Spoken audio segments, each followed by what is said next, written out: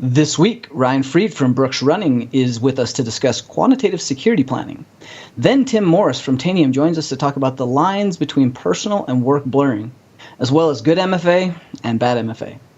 And finally, in the enterprise security news, Cloudflare has $1.25 billion incentives to draw customers away from AWS. NetSpy raises $410 million for pen testing. Tines extends their Series B an extra $55 million. Detectify and Eclipsium also raise funding. There's some big funding for Web3 startups, adversary emulation tools for blue teamers, and breaking news, the security market isn't out of money. It's just fine. The art of selling security to cybersecurity people, all that on this episode of Enterprise Security Weekly. This is Security Weekly, for security professionals, by security professionals. Broadcasting live from G-Unit Studios in Rhode Island, it's the show where we talk security vendors and aren't afraid to name names. It's Enterprise Security Weekly. Don't leave the door open. Secure your APIs with the Curity Identity Server. Curity allows you to centralize identity management policies with a solution developed by an expert team using well-established standards. Curity facilitates scalable security for apps and websites by offering a unique combination of identity and access management with API security. Protect your users, secure apps and websites, manage API access. Start your free trial today at securityweekly.com/curity.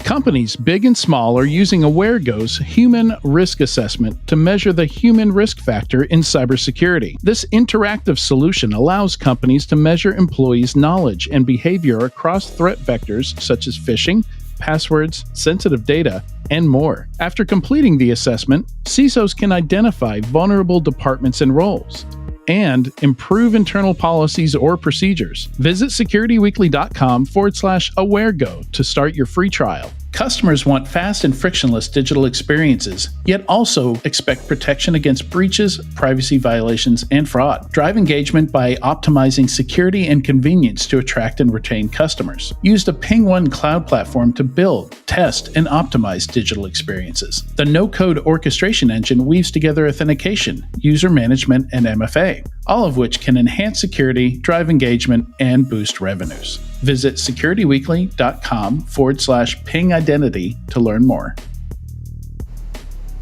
And welcome to Enterprise Security Weekly. And happy Noodle Day. This is really going to boggle your noodle. I am your host, Tyler Robinson, and this is episode 291, recorded on Thursday, October 6th. Joining me is Tyler Shields. How are you, other Tyler? What? Noodle, bake your noodle. Reminds me of the scene in The Matrix when the Oracle says, "You just wait. That's really going to bake your noodle." That's all I could think about. Absolutely. Also joining me today is Katie Tietler. How are you, Katie? I'm well. I also enjoy noodles. Yes. You enjoy noodles too. Sure, why not? Noodle Day means. Maybe it means we noodle on what Noodle Day means. I like that. Don't miss any of your favorite Security Weekly content. Visit Security Weekly /subscribe to subscribe to any of our podcast feeds and have all the new episodes downloaded right to your phone. You can also join our mailing list, our Discord server, which is very active, or follow us on any of the social media and streaming platforms. So for today's interview, today's topic is quantitative security planning from the front lines, and we're super excited to have Ryan Freed, Senior Security Engineer at Brooks Running, with us today.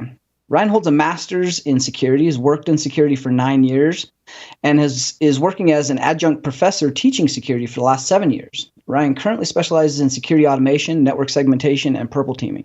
Welcome, Ryan. Hey, happy to be here. Excellent. You're a veteran to this show. You've been on the show 2 other times before, right? Yeah, it's been great. It's been nice Awesome. to be able to talk from a practitioner point of view.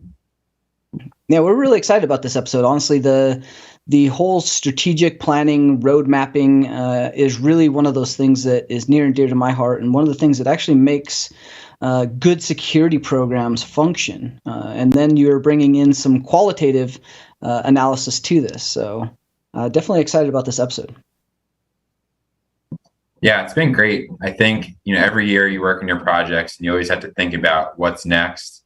And for companies that aren't subject to compliance like SOC 2 or PCI or HIPAA, it helps to have some kind of programmatic approach from the people who are actually doing the work of what's important and what you need to get better at.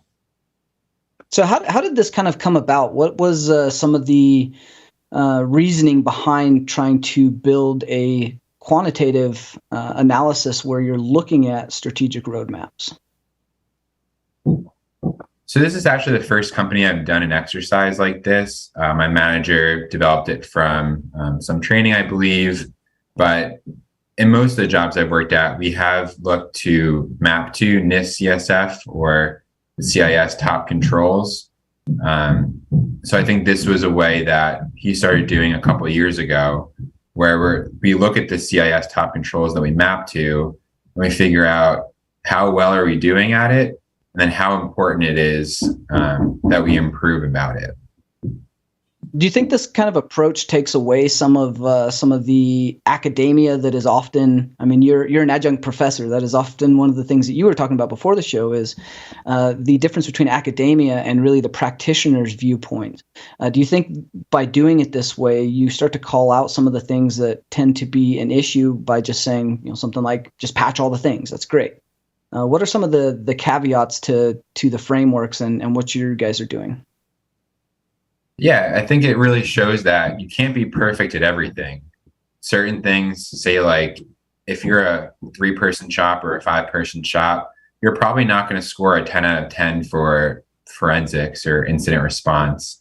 So it takes all the different controls into account and thinks, how good do we need to be at these things? What are the really foundational controls? Like for us, asset management, because you can't secure what you don't know about. Vulnerability management and having processes around those are really important. Maybe a penetration test isn't as important. Maybe you can do internal control validation. So there's different ways to approach it. But you're right, it does combat some of the academia, like just disable PowerShell. No one uses it. Well, that's not exactly true. A lot of tools use that in the background, and there are legitimate purposes for it. So you do get some of those caveats that are more realistic. I'd love to step back just a little bit too, and kind of talk about your day job and kind of where that roadmap has led and the progression of what Brooks Running has done, as well as some of the trials and where you guys have grown to. Being in the retail space, that offers a whole lot of interesting challenges that many other verticals don't have to contend with. Yeah, I mean, being in the retail sector, ransomware is always in the back of our mind. And we map a lot of the important controls around that. So making sure people have least privilege access, they don't have admin rights. A lot of workstations is super important as ransomware spreads. Another thing, and what I've been involved with in the last year, is network segmentation. Now in CIS top controls, or if you read about through Zero Trust, it might say segment all the things, including server to server traffic. But for anyone who's tried to do that, they know it's really, really hard to do that, especially with new applications coming in. So based on the CIS top controls, we took a look at what traffic is the easiest to segment, but also the most impactful. And with most ransomware starting from a phishing attempt, most likely on a workstation, we prioritized user to server network segmentation to make sure it doesn't spread to those on-premise or even cloud servers. So that's one way we took something as broad as network segmentation, but then, in reading through the news and in my day job, we thought that the best bang for our buck would be looking at user to server. So I have a question, Ryan. You mentioned 3-person shops, or you mentioned smaller shops when it comes to cybersecurity. I know a lot of security folks that don't have a team, don't have a massive budget, are just starting to build their program. You mentioned asset visibility, you mentioned lateral movement, you mentioned all sorts of different approaches to cybersecurity or technologies you could apply into a cybersecurity program. Where do you start? What's the fundamental basis that you would want to start on if you were trying to build a program using your methodology? Yeah, it's a great question. So NIST and CIS have done a really good job in the last couple of years breaking down their top controls into categories. What are the absolutely need to have foundational controls? And then you start to move into tier 2, tier 3 as you're starting to mature as a program. So even with those 18 controls, or however many there are for NIST cybersecurity framework, they actually do break down ones that every company should have. Things like multi-factor authentication, having some kind of antivirus on your machine, maybe EDR, but they do a really good job breaking that down based on the size of your company. Now that's interesting that you bring up the ransomware side of this. Is that one of the major focuses of your guys' retail and kind of threat landscape? And how does that differ or kind of adapt based on the different verticals that you tend to see? Absolutely. So I've come from the insurance verticals at a few different companies and a payment provider. So we thought about PCI and HIPAA. We were very heavily regulated. So that gave us the foundation of things that we were looking at. But, like I'm sure most security companies look at, you need to also look at the threat landscape. So for us, what we're most worried about is financially motivated threat actors and ransomware. Because if we had any of our main system taken offline or our distribution center or different things, that can have a huge impact. Where we don't have that sensitive data that an insurance company or a payment provider company might have. So we always think about what are the crown jewels, what would be the absolute worst case scenario that could happen. And as of now, that's ransomware. So our manager reports to the board about the key ransomware controls that he defined, where our progress is, what our roadmap is, and such, because those are the most important. And the board members, they read about ransomware in the news all the time. So it's something that's important to show we are thinking about it, and a lot of our efforts are driven towards that and mitigating the impact. What are some of the things that you're doing for ransomware mitigation? Because so often we hear companies relying really, really heavily on the end user. And as we know, that's not 100%. That's never gonna stop anything 100%. Nor is it necessarily the end user's responsibility. So what are you doing? How are you combining your program? How are you trying to get as full coverage as you can? I think the key priorities over the last few years and going forward have been the backup and recovery process, making sure that's really solid, that the backups are immutable, and that someone inside of our network couldn't compromise those backups. And then testing the backups to make sure they actually work. Having some kind of EDR that can handle a lot of the commodity malware or ransomware is helpful. That user to network, user to server segmentation is really important, so it can't spread necessarily. Because if we just need to wipe a workstation, that's not a big deal. But if it's spreading rampant to our domain controllers or other key servers, that's a different story. And then the last one I'll talk about is the combination of asset inventory and vulnerability management. You can't secure what you don't know about. Can't tell you how many pen tests I've had where we were solid until they found one server that didn't have EDR on it, and they compromised that and they moved laterally. But then the servers we do know about, making sure they're up to date on patches and using vulnerability management to validate that. So those are the big ones we're working on. So I have a follow-on question. You mentioned you can't secure what you don't know about, and I love that line. I love that tagline. My company uses that tagline specifically. What do you do as an organization to inventory and find everything? How do you track that? Yeah, it could be a challenge because you think about workstations and servers can be tracked differently.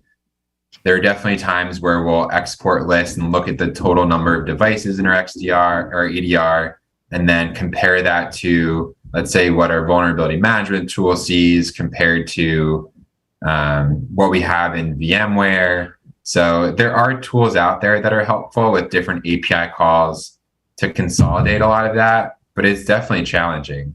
With any asset inventory, you need to make sure your tools are properly configured, because if you have some type of scanning tool that looks into your internal network. Did you put a firewall rule to also scan the DMZ, which are your important assets, which can be potentially externally facing? So it can be a challenge, and it's trying to make it as automated as possible. Yeah, I love that story. Kind of the automation and the integrations into what you have to be able to pull all those assets into a central repository makes a whole lot of sense. And I'm sure Katie's chomping at the bit over there thinking, hey, Tyler, my company does that too. And she's not wrong. So that's why I had those specific questions. T-Rob, do you want to take the next one? Yeah, I was just kind of curious how you go about prioritizing some of these strategic roadmaps. You guys don't really fall under HIPAA or PCI, or you don't have a ton of PII inside the environment. So your crown jewels, you've identified those, but how do you go about leveraging the CIS controls and prioritizing that based on the skills you have? I think some of the novelty of the way that you guys think about the priorities and the way that you're actually quantitatively looking at these to build your priorities is very important, and is one of the more unique ways I've actually seen someone think about it. Yeah, so this is where the quantitative aspect comes. So you can look at the CIS controls. I think there's over 150 of them, so it might take an hour or two. But basically, each analyst or engineer will look at each specific subcontrol, and then on a scale of 1 to 10, they'll rank how good do you think we are at it, and how good do you think we need to be. So let's say for asset inventory, or how important it is. So let's say asset inventory, we think we're a 5, but we think it's the importance is a 9. You know, asset inventory is foundational to any security or IT program. So each analyst looks at each one. And then I think really the value of this exercise is the educational aspect to the whole team. So for instance, one of the subcontrols is to make sure you have command line auditing enabled for Windows Event Log. And I was responsible for the control. So I said, yep, we got it. We're a 10. It's important, but we do it. But a couple other members of the team put a 0 because maybe they didn't know that we had that.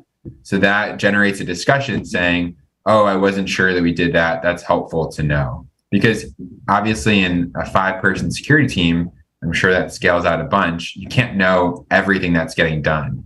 So it's really helpful to get that holistic picture to see what we're doing as a whole program. So at the end of the scoring and such, our boss will look at the standard deviation, look for any outliers like I was just talking about, and then we'll discuss, well, we all think asset inventory is really important, and we only score, let's say, a 3.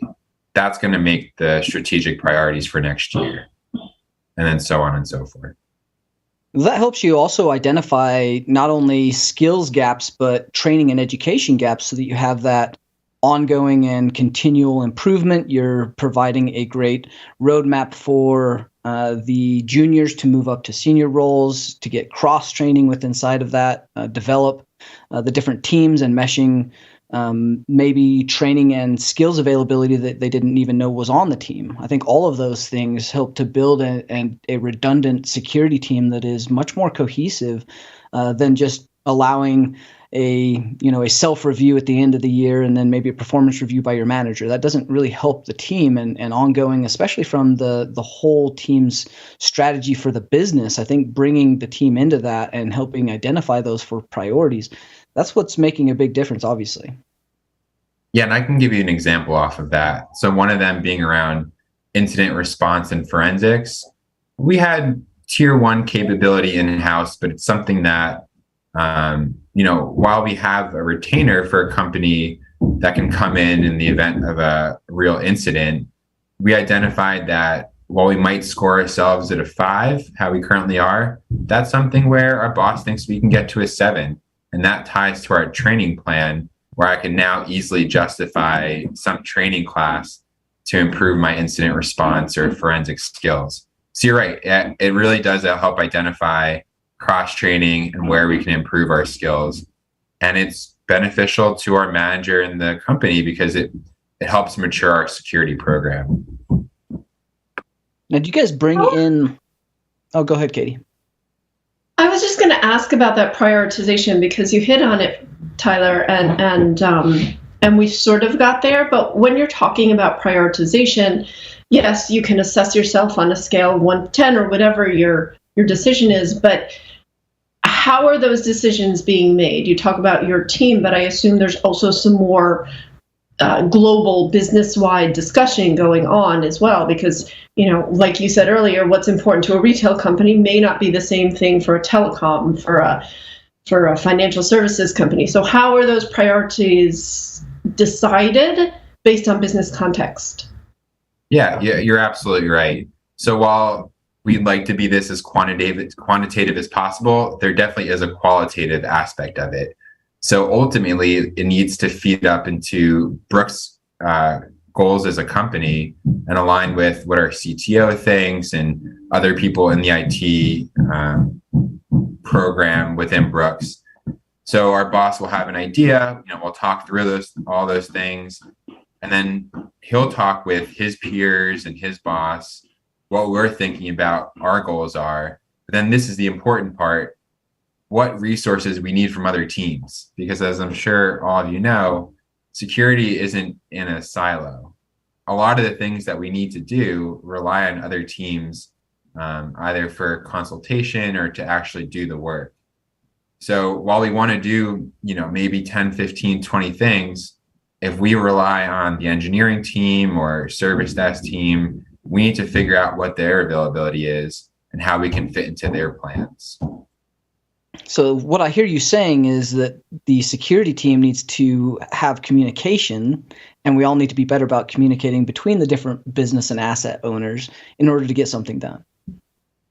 Absolutely. And I've spent more time than anything building relationships with people across teams like infrastructure and development and such, because if we need to look at like patching, we're not doing the patching, at least my team is not. We need to work with their team and have them understand that it's a joint goal. If the goal was just ours to get, all of our Sev 5 vulnerabilities patched, that's great, but that needs to be a goal of the infrastructure team or whoever does the patching as well, to give them some accountability, but then also give them the credit because they're doing a lot of that work. Have you seen that the ease of which you're able to get things accomplished and the initiatives that security is pushing, have you seen that adjust and change based on the relationships you've been building? And as those relationships begin to solidify and you actually have buy-in from the other departments, do you see that helps? And that's something that you guys can actually measure?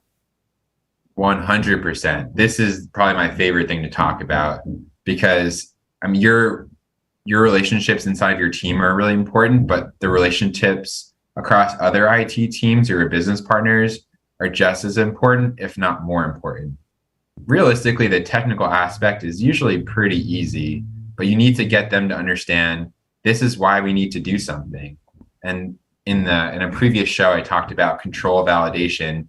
Now I can actually show them if this isn't patched, this is what I can do. So having them have that joint accountability where it's on their roadmap and their salary and bonus and everything are tied to it just like ours is great. But it's also really important to have that relationship with them and build that trust. And I found, one of the best things that I can do is anytime they ask anything of us, to do it as quickly as possible, obviously making sure it's all correct. But I want to show them it's a two-way street. We just can't ask them for everything. We try to jump on things that would help them as well. How do you get to that place, right? So it sounds like your company has really good collaboration. Security is baked into other processes and other business departments are bought in to security, but far too often that's not the case. So how would you recommend it if you were consulting with, or if you went to a completely new company where they see security as security's problem and you need that help and business collaboration? Yeah, I've seen a real shift from security where, years ago when I first started, we were the bad guys, where we would say, you can't do this, you can't do that. Where I see us more as being able to enable, like everyone wants to do their job securely, But I found some of the easiest ways. It's more of a challenge in the remote environment. When I was in the office, it was way easier and you can grab lunch with them and such. But I just like to learn what they do. A lot of people want to talk about what they do and they're pretty prideful. So I would set up meetings and talk with my peers on other teams just to figure out what do they care about? What are their goals? How did it happen like before I was there? But really just nerding out with them and figuring out what makes them tick. Yeah, really, really sitting down with them. A free sandwich doesn't hurt either, but actually showing interest in them so that they'll also be interested in what you do, and then create that relationship. And I think it's critical to come at why something needs to be done.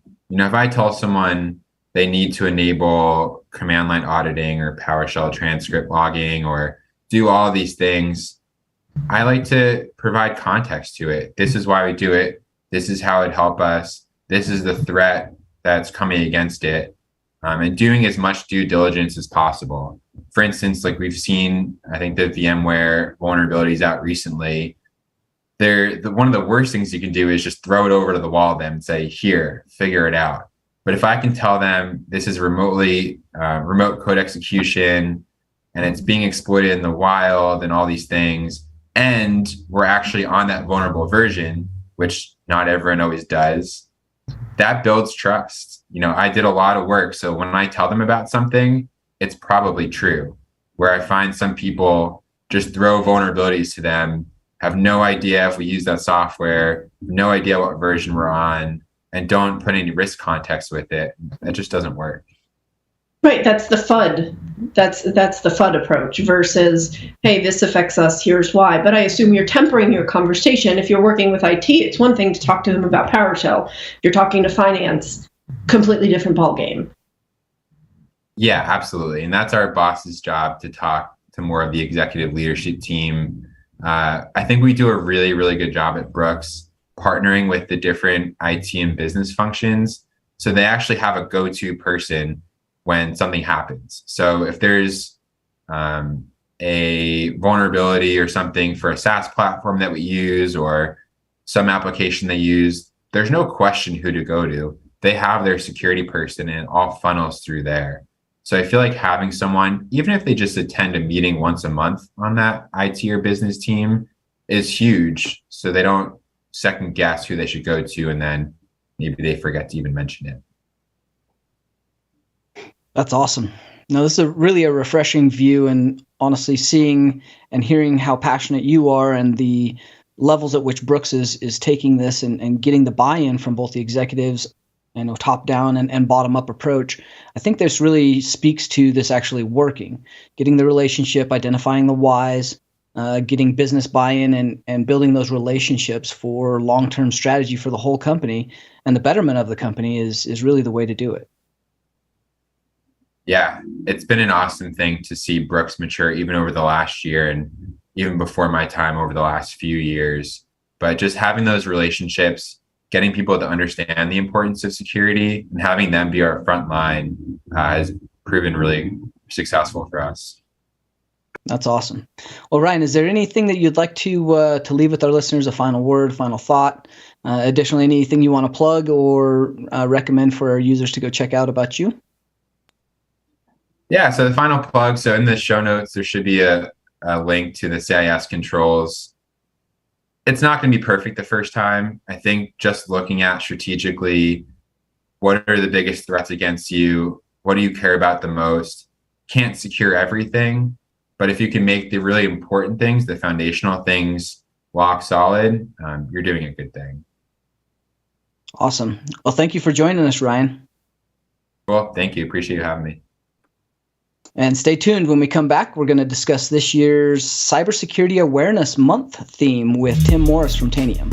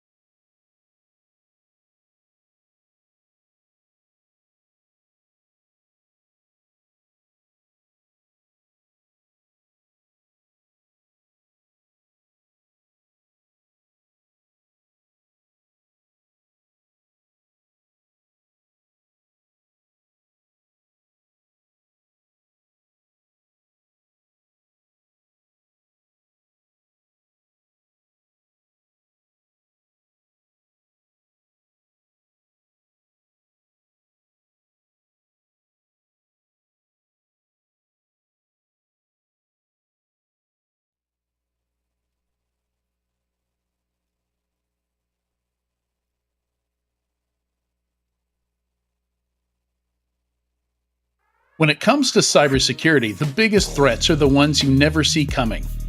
SecureWorks detects and responds to cyber attackers' ever-changing tactics. We come armed with Taegis, a security analytics platform designed to recognize attacks and stop them before they do harm. SecureWorks, defending every corner of cyberspace. Learn more at securityweekly.com/SecureWorks. Can your incident response technology collect from off-network endpoints? Xterra FTK Enterprise can. Endpoints are no longer located in a physical office, and organizations need a comprehensive investigation tool that enables holistic data collection and review.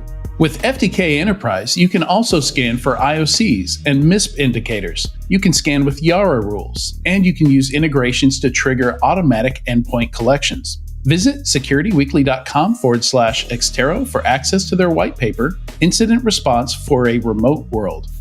The shift to remote and hybrid work over the past 2 years has accelerated application development on cloud infrastructure. However, securing these new assets has lagged behind. Qualys CloudView, the next generation of cloud security posture management, delivers an end-to-end multi-cloud security and compliance solution encompassing the entire application lifecycle from build to runtime. CloudView enables enterprises to assess their cloud security and compliance posture, identify risks and gaps, auto-remediate issues, proactively enforce best practices, and prove compliance in audits rapidly and efficiently. Identify your most vulnerable cloud assets by visiting securityweekly.com/Qualys.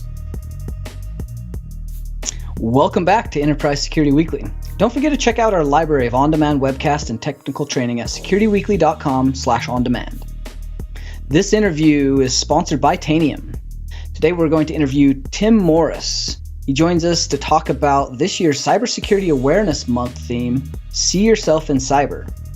Before joining Tanium, Tim spent over 20 years at Wells Fargo wearing all the hats. For 20 years, I'm sure that is the case.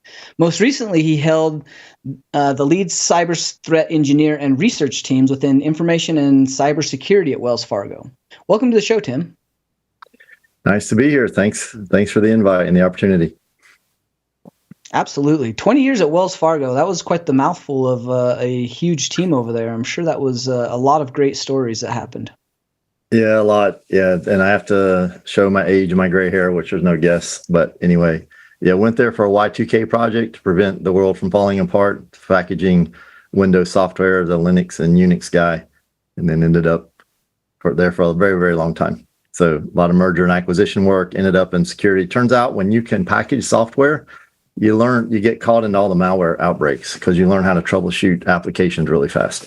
And so that malware career led into incident response and cyber career. So it was very fruitful years, but I decided to give it up about in May of last year after 22 years.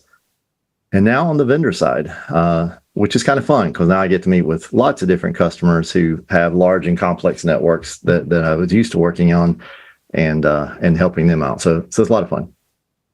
Yeah, that's very interesting. Switching that hat from the buyer to the actual vendor and the seller. I bet that provides some great insights, not only from the selling standpoint, but actually finding the customers that need the products and being able to sell that appropriately. Yeah, the sales side is very different to me, being on the other side. I was very fortunate that Wells Fargo was on the cutting edge of cybersecurity stuff, especially around 2008 or 2009 when we started building the practice. And then I moved into it full time around at about 2009. 2012, we made a huge change. The trend kind of started for these fusion centers, SecOps and security operations centers moved into fusion centers. It gives you the authority and the autonomy to actually take action during incident response, because prior to that, it really was playing whack-a-mole and trying to go chase things and figure out which server belonged to which line of business and then try to get the access you needed to do something about it. So doing that, but being on the technology side, because I'm an engineer at heart, I got tired of these, problems looking for, or solutions looking for problems. So take an engineering approach where we actually define the problem itself. We helped a lot of startups, in the time I was there, and big companies still do that, right? They define a solution or a problem, they give the functional requirements, then a solution is built out. And being on the other side, you're always trying to debate whether or not the build versus buy. When you have the resources and development team to go develop something, or do you actually go buy something?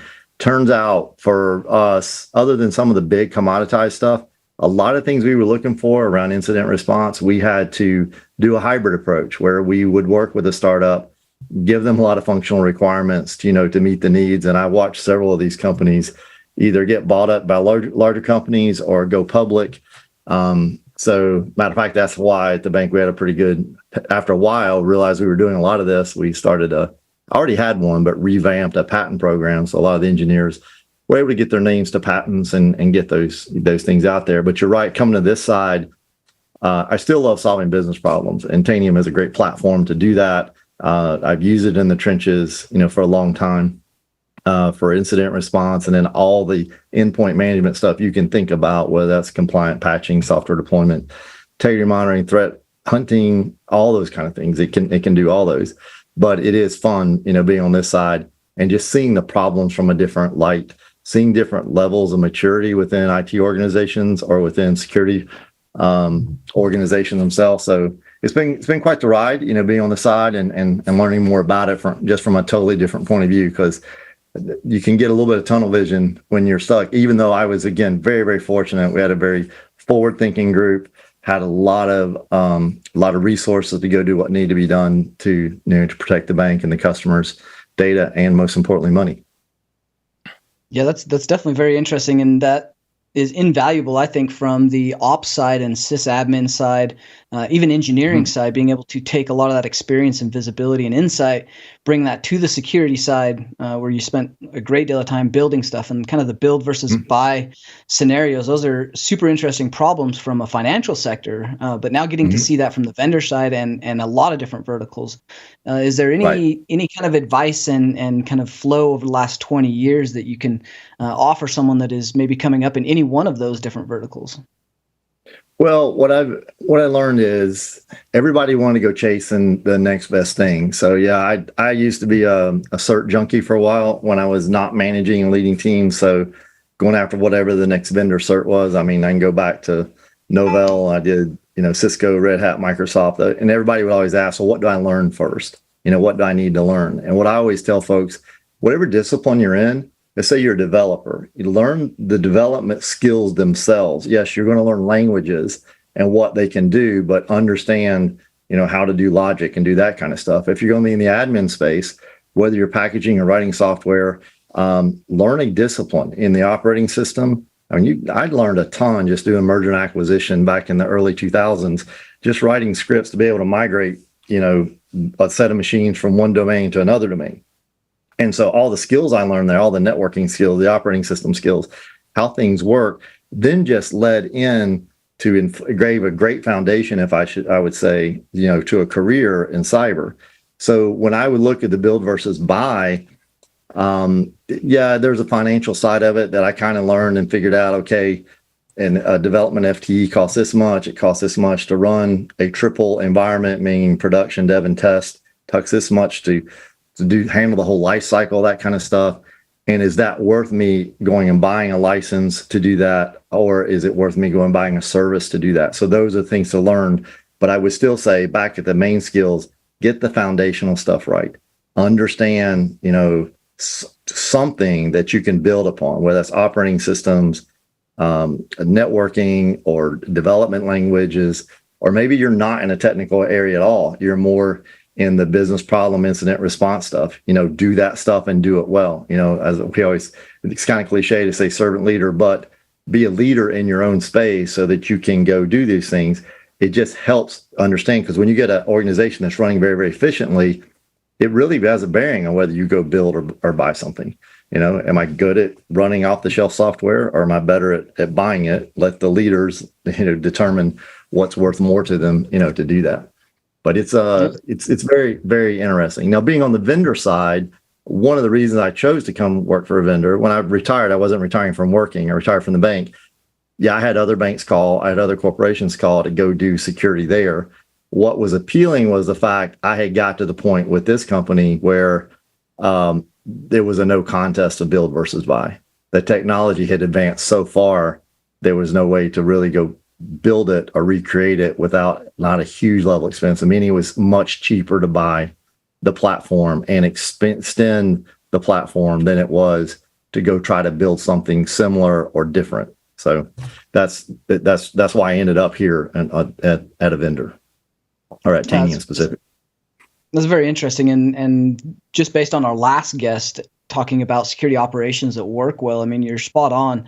Really, wherever you're at, getting the understanding of how to do whatever you're doing well, but taking that and using that for your experience. If you're in a business, you're learning the business. If you're building relationship, each place you go, build that relationship, because you get to security, you need all of that political capital that you can get, and maintaining those relationships to do that well. So I think that's amazing advice. You said a good point. Political capital, I don't think that's ever overused. Matter of fact, when I have bought technologies that I've had to spend political capital, meaning stake some reputations that, hey, we're going to spend this money, but I'm going to do this for you, meaning I'm going to remove this agent, or I'm going to take this process away, or I'm going to improve this process.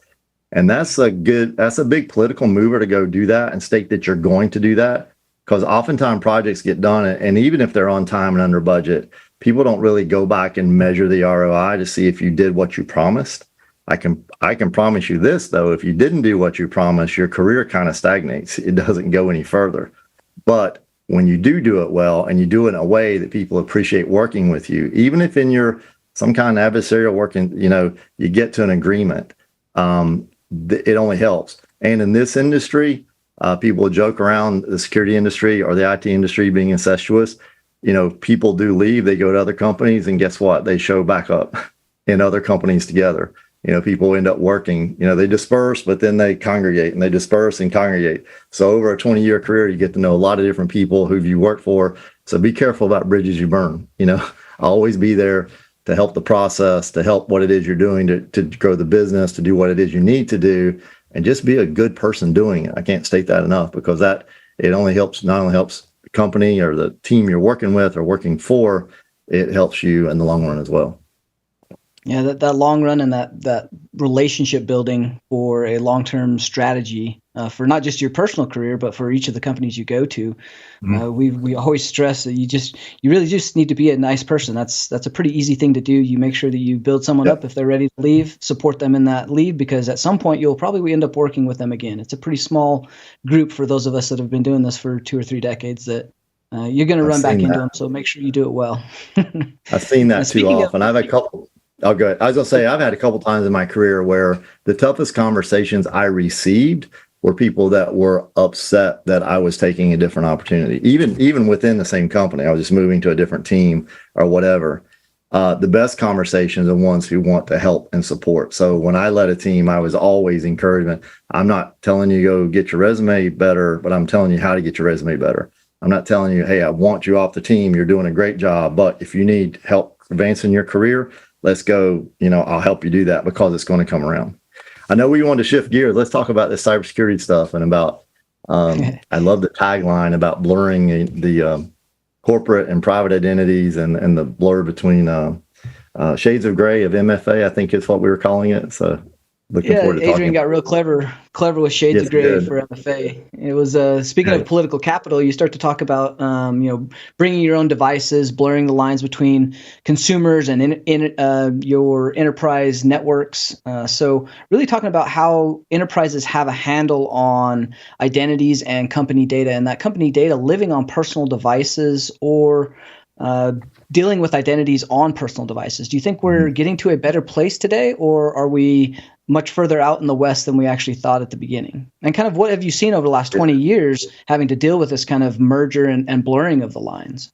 A couple things. I mean, just shortly, we're a lot further than I thought we would be, but at the same time, a long way from where we need to be, meaning this stuff accelerated. And we can go back just before, there was an iPhone and tablet. So the first shift is this consumerization of IT.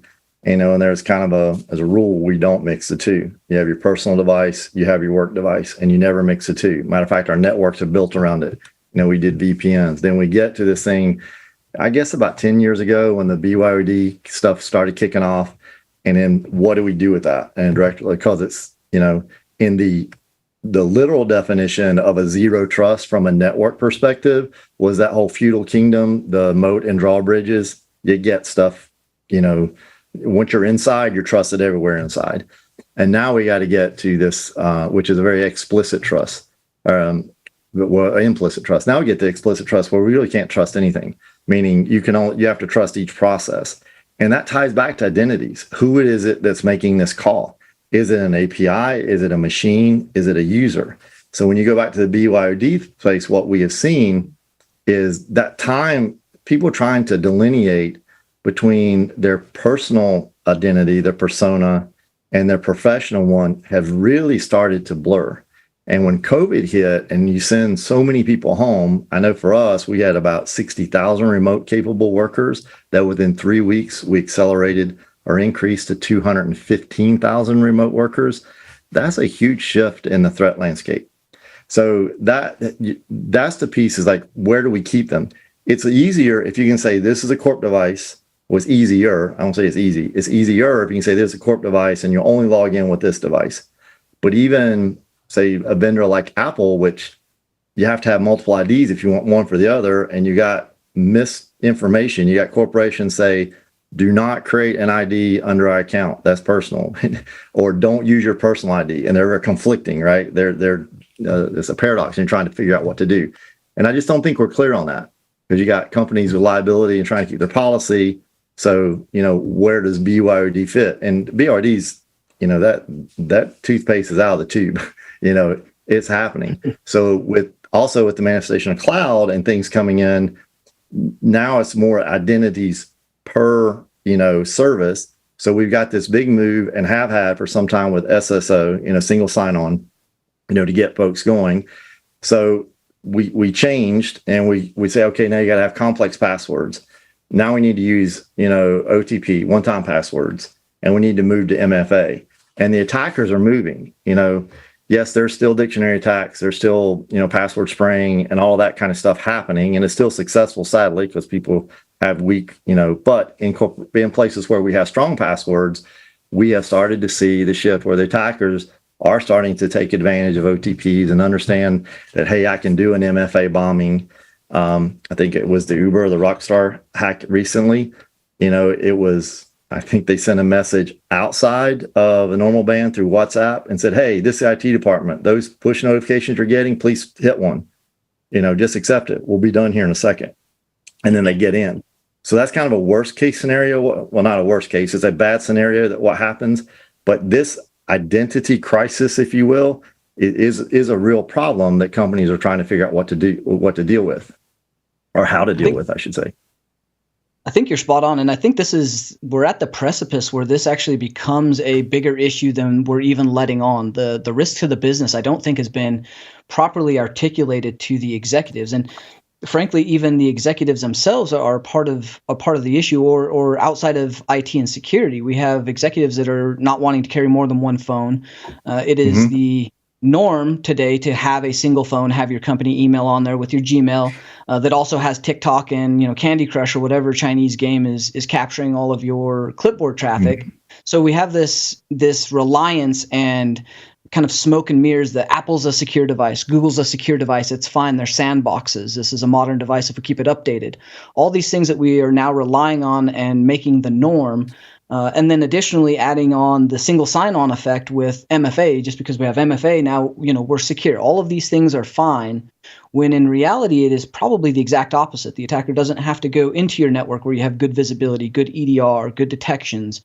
They're leveraging the single sign-on. They're using the SaaS applications to get to the exact same intellectual property, the exact same data that's going to cause access into the on-prem devices, and we're leveraging things like SMS pushes and or MFA that is, I would say, less than secure, but is providing a nice warm fuzzy. So we've got the warm fuzzy of the vendors, we've got the warm fuzzy of having our phones available and personal accounts with work accounts. We've got the warm fuzzies of MFA there. So I think are we on the precipice of having a disaster that cannot be remediated without a lot of uncomfortable conversations with most of the business? Well, I think what we're having is, first of all, it's better. I would much rather have MFA of any sort than no MFA. What we're doing is, again, it's cat and mouse. Attackers are going to skate to where the puck is. They're going to figure out what's around that. So is it smoke or mirrors or not? I want to go back to your point of the phone. Now we have companies, it used to be reimbursing for a phone, like you were assigned a phone or they reimbursed it. Now we're somewhere in the middle where, some companies, no more. I mean, you're going to have a personal phone anyway, so we'll give it. So they go back to the personas like you're talking about with the sandboxing and hope that does anything. And that's presenting some problems for companies too. I can't get into specifics, but I know there's lawsuits where companies are suing employees or vice versa on who has access to that data. It's my device, it's corporate data. So there's, and I don't know what the precedence has been set there. I just know that it's opened up a whole new can of worms. And anytime you do that and lawsuits, happen, there will be regulations later on, if they're not here already on how to do that. But back to the identity piece, that's the piece. And when you say identity, it means different things to different people. I'm thinking about personas.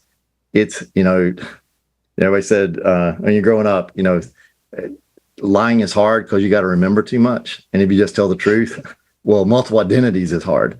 Like, okay, which one did I use for this? I mean, it's almost imperative now you have to have a password manager, just because, I was looking at mine the other day, there's like 198 different IDs in there. It's like, it's a lot. I want to keep separation. So if we just look, let's say, for example, for our personal life, in a corporate world, we say protect your crown jewels, understand your perimeter, use the principle of least privilege. When your personal life, what's closest to you? Yeah, your family, your friends, but in your identity, what means the most? It's your banking stuff, it's your healthcare stuff, then it's maybe your social stuff, and it kind of moves out. So it makes sense, like from a financial perspective, that my ID that I use, even though I may share it among my personal things, and maybe I don't, maybe I have separate Twitter IDs and Facebook or Instagram, which again is a whole lot to kind of keep up with if you want to have 9 multiple personalities, as in 9 identities. But you need to make sure that for the banking stuff, that I've got my credit reports locked, that I have alerting on every banking application that tells me when money was removed. You have to monitor your own security, so to speak. And I want to make sure the authentication to there is a complex password with some sort of MFA on there. So I limit what you call the blast radius if somebody gets that. So you say you get some identity report that says your email address and password have been found on the dark web, which is probably 60% of us. Well, then you need to make sure where else is that ID being used. And if you're not tracking that, like in a password manager, then you're just kind of blind because you need to go, you may not be able to change the ID because it's logged in, but you can definitely change the password or the authentication mechanism in there. So what we're seeing is this problem, and what I've just described is all in the consumer space. That's your personal life. Now, when we tie that in the corporate side, it brings a whole new attack vector. I know when we sit, there's a certain risk calculation or calculus that goes on when you're sitting where you do this. And you don't have a choice. We got to send people home to work remote because we can't bring them in. Our knowledge workers are there. So it's not, are we going to increase more risk? We know we're increasing risk. It's like, how do we calculate that risk? And what are the risks? So I remember going through this exercise. So what do we need to do to take a device and send it home that somebody's going to use? Even if it's a corporate device, what are we going to do? Before, it was in an office. There was a badge system to get in. So physical security is better than home security, and some would even argue that. But now it gets home, what does it need? Well, you better make sure your AV, EDR, XDR is up to date. Encryption is turned on. Your VPN software is there. What kind of VPN? Is it going to be a user-based VPN? Is it going to be a machine-based VPN? Is it going to be a combination of both? Those kind of things. And then, but what we learned and lost was, it goes home, I still can't protect it because I don't have access to the IoT devices in the home. Meaning, what if somebody takes an unpatched IoT device, say router or modem, misusing the word modem there for anybody who's been in the industry a long time, and somehow does something where they can affect DNS. So instead of me logging into Office 3 or MS 365, I'm logging into a rogue site and my credentials were just grabbed. So that's a whole nother risk that it oftentimes gets accepted because, okay, hopefully the VPN is safe enough and people will recognize it. We'll go back to the next level or whatever the defense in depth is. Whereas, okay, this machine gets, hacked. It's we can brick it. We have all the ability to do that. So that's where this gets really, really fuzzy. And again, we're not there yet, but what you're alluding to, it's not all smoke and mirrors, but it does cover a lot of the issues, but there's still more work to be done, especially when we get into the identity space. Again, I've talked about personal, I've talked about a corporate device, but now when you have a personal device, we're using a corporate identity, again, it changes the attack surface, it changes or the attack vectors and the risk that you got to calculate on whether, you're going to do it or not. And we're seeing hacks, from that, but because that's going on, because things just bleed together. Yeah, I'm really surprised we did not see additional hacks, or maybe we did and we just didn't realize, a lot of the botnet traffic or a lot of the stealer malware and its implants. Like having everybody have those corporate devices at home. You've got a hostile network. You've got kids doing homework on poorly secured school websites, doing research at home. You've got the iPads, you've got the phones of the kids, the wife looking at TikTok, all of the things that would just be hard to accept from a risk standpoint in a corporate network that we've had to adjust to. And I think that's where a lot of the zero trust conversation got pushed so hard. And really that kind of got skewed, where we're talking about zero trust from a foundational and mindset and pillars of, good defense in depth or microsegmentation back in the day, like just doing good security. And we tried to put a blinky light box onto something that was more of a mindset. But that was, I think, a lot of the reasoning of why that sprung up so quick with so much money. But now taking it back to how do we think about that from a business risk standpoint of not only bring your own device to work and having corporate and public or your personal personas blurred, but how do you actually think about things like corporate coming to and from the remote work, where we have a hybrid now, and you're introducing those insecure devices or devices that have been in hostile networks back into the environment without having the ability to do in-depth check at scale? Yeah, I've heard the debates on, for example, if it's a personal device, what can the company put on to protect it? Whether that's an agent like Tanium or an EDR, XDR tool. I remember a major breach at the beginning of COVID with one of the suppliers, and they were being issued corporate devices, but when they got hacked, it was like, we're coming to VD, they're just going to go into a VDI farm and we don't care what they have on it. That didn't work because that device was compromised. So therefore we had to give them devices and they get in there. So it gets into that kind of debate argument. But it does go back to zero trust, as you were talking about, and I think people don't realize they're using it as much as we think we are. Is that we do not trust the device anymore. That's basically what you have to get down to. So the endpoint, when I said earlier, the user is the endpoint. If you walk that back to where it goes, obviously the browser is endpoint because we have a lot of applications, in the cloud that are just going through the browser. Matter of fact, the days of thick applications. They said this 20 years ago, we wouldn't have thick applications. It sounds like you're doing full circle the mainframe. If you get back to my age, where every device becomes a dumb terminal and you just go back to the mainframe, except there's multiple mainframes in this case. There is, the Dropboxes, the Office 365s, there's all these other devices. So, but what that means is patching is never more important. I mean, we find, malicious extensions in browsers all the time. They're acting as man in the middle, for lack of a better term, or person in the middle, however you want to say that. So keeping those things up to date, is super, super important. But again, you get to the point where you're not trusting it. And you got to remember, these aren't just blatant, okay, I don't care about security. What they are is there's a cost benefit ratio. And somewhere along the line, it's like, well, if I believe I can manage the risk, meaning I can manage each one, say the processes that are getting to the application, whether that's your, CRM, your customer system, or your Salesforce, sales system, or your, ticketing system. And I'm managing authentication in each one of those. And hopefully you remove some friction by doing some SSO, but it's on a device, as you use the word hostile, is like, well, the device can be hostile, but the communication channel between the two can be secured, with the encryption or whatever.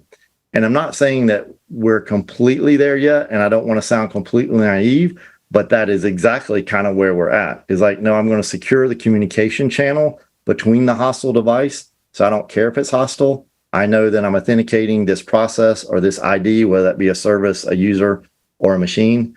And that's good enough. It's not worth the cost to go buy another degree and put in the old legacy stuff of the moat and drawbridges that we had before, or the feudal kingdoms or airport security or whatever analogy you want to use. Do you think that's some of the reason why we haven't seen the FIDO2 and the physical hardware keys take off as fast as and the whole passwordless kind of movement take off and get adopted by many of the corporations, is because the cost benefit, for one, of getting the tokens out there, and then the usability and understanding from not just the end user, but the technical side of this stuff gets very difficult to understand for many people. I mean, that's why we have SIM swapping and we still have phones, even though that cost benefit payoff is something that we can quantify. I don't see as close a quantification to why we're not using the passwordless yet, other than the adoptability. I think we're getting there. I think we are going to go there. So anything we can do to remove the friction of the authentication. I use the analogy of a house. Why do we have doors and windows on houses? We have so we can enter and we can see outside, but they're there to protect, right? You could live in a house without doors and windows, but you get wet and cold or hot, depending on the case. And then what's the first thing you do when you put on there? You put latches and locks. Well, those latches and locks are an inconvenience. If you think about it, passwords are inconvenience, So security always being the department to know, it's like, how does security enable the business? But back to your point, what happens is if we can remove the friction to move to good biometrics that works, whether that's a face ID or fingerprinting. And yes, there is a cost, not just the physical cost of getting the transition done to that. But remember, we're still dealing with systems, even old systems are young, 20-year-old systems that are legacy. When I'm talking system, I'm talking about applications you have to get into. For them to ramp up to new authentication mechanisms, almost every time there's a new authentication mechanism, there's a layer in between to make it backwards compatible. So that's the real cost, and why I don't think we moved much as fast as we should move. Yes, there is a cost of physical stuff, but anytime you do a physical key, and I'm a fan of FIDO and YubiKeys and that kind of stuff, but it does add a different level of friction, but it is more secure. But every time you do that, there's a technical aspect that you spoke to, that we got to train users to do that. But then, having managed exception processes before, how do you determine who has the keys it needs to have? This is the whole IAM process. How do you handle one that gets lost, or one that gets stolen? And having those processes, so those have to come along and catch up to speed, which makes it a little more difficult. If you think about help desk of the old, 80% of their time was spent reusing passwords. So we go to self-service models of password resets. Well, you got to get to that level with these other devices as well. Like, how do we do that? I'm sitting, in an airport somewhere and I've lost a key and I can't log into a critical system. How do I handle that? Right now with passwords, there's a way to give a one-time password to do that. You've got to make these legacy systems. So that's part of the reason, one, the cost of it, but two, the cost of transition to it and the processes required to make that happen. I do think we'll get there. I think, again, the more we can do to reduce the friction. So authentication is as simple as walking to a door and it opens for you, to speak figuratively, and know you're the one that has access to open that door or not. We'll get there. I mean, it might sound kind of sci-fi. I was at a conference a couple of years ago, 3 years ago, before COVID, and a guy had a thinking cap who could actually think his password and it would enter it into the keyboard. It was like some crazy stuff. I mean, I don't expect we'll be walking around full of caps, but my point is, we'll get to almost a sci-fi where that friction reduces, and you will see the adoption, to be able to do that. So for in the interim, for places that do not have the ability to kind of get to that place of a more secure MFA, now that we're speaking about the Cybersecurity Awareness Month, there are protections for things like SIM swapping. You have your CFO, you've got high value, high target accounts that still want SMS, still want the push notifications. What are some of the things that we can do to add layers of security to the kind of legacy MFA or non-modern MFAs? It depends on where you're at. At some point, those that you've got to take a different approach. I used to manage a program that was a DR, disaster recovery BC program. How do we run things if the internet goes down? So how do you do that? I mean, we had to be in contact with carriers. Like, how do they do it if something's down? What's their backup plan for incident responders? Frontline folks like, law enforcement, emergency services, those kind of things. And you do almost have to go out of band. And I know it's inconvenient, but if you have somebody, say, whose face is on several thousand ATMs, you have to protect them differently. Personally, you have people, I was talking with someone who's big in the crypto space, and a lot of folks who do that have had the SIM swap, a couple times and have tens of thousands, not hundreds of thousands of dollars drained. You have to protect that differently, whether that's going with a different service that does not allow any kind of SIM swap, which is a whole different process. It's very different when you get to that level. But for the average users, there are some basic things you can do, meaning you can put SIM swap protection in with the carriers now. You need to go ahead and do that, whether that's using pins or whatever, put an extra layer of questions or security to do that, to make sure that can't happen. Because the more we rely on MFA, not just the SMS push notification, but if you're using an authenticator app, Google, Duo, Microsoft, that secret's on that box. Of course, you need something else, to get to that. But, that's basically 3 layers of protection, and you want to make sure that can't get moved to another device. So you got to put the protections in there. So anybody who's going through that process needs to really think about that, and then do the exercises. If you don't have a red team, at least, go read, or if you have the resources, hire somebody to figure out, okay, if I knew nothing and I could get to that executive's phone or that critical IT admin's phone, what would it take for them to do a virtual SIM swap, so to speak? And a SIM swap's kind of the wrong word, but I could take over their persona. What would it be? And then by doing that, you'll learn where the playbook falls short and where the program may fall short, and what you need to do to implement that. Back for our stuff, even some of our top level executives, we would still run separate VPNs into their homes. Just didn't let them use the other stuff because they were such high value targets. People were after them all the time, with certain attacks. Got stories I can't share, but the point is that's there, and you just have to treat them differently. And then for the IT admins, sysadmins, do an impact analysis on your thing. I work for Tanium. We have a way to do that, to see what your least privilege really looks like, essentially, or you run a tool like Bloodhound and see, hey, if I take over as this administrative assistant, or as this packager, or as this salesperson, what do I have access to? You would be surprised at how much lateral movement can happen, just because we're really good at giving access. We don't do a good job, we as an industry, of taking access away when it's no longer needed. And then there are just simple mistakes made. Somebody puts, a sales group in an admin group, domain admin groups. It can never happen. We need to be testing for that all the time. Those are things you can check all the time in a continuous basis. And honestly, when you look at it, the things that get us in the breaches and the attacks, I think I read a report last week for the first time, earlier this week, actually, vulnerabilities have kind of eclipsed the lead over stolen credentials. So making sure your stuff is patched. Exchange has reared its ugly head again for on-prem Exchange, and not having a patch for that. But VPN concentrators and Exchange, I think, were 2 of the biggest reasons, companies are getting attacked. And then you still have what works, the phishing stuff. I was doing a session yesterday with a big employee panel that was doing for a large company.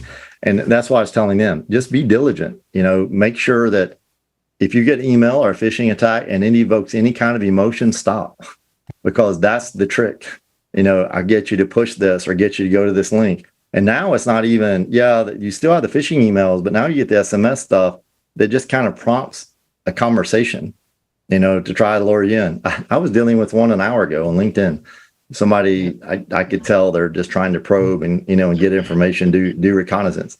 So you just have to be diligent and just realize that people want your access, whether you think you have access or not. People want it.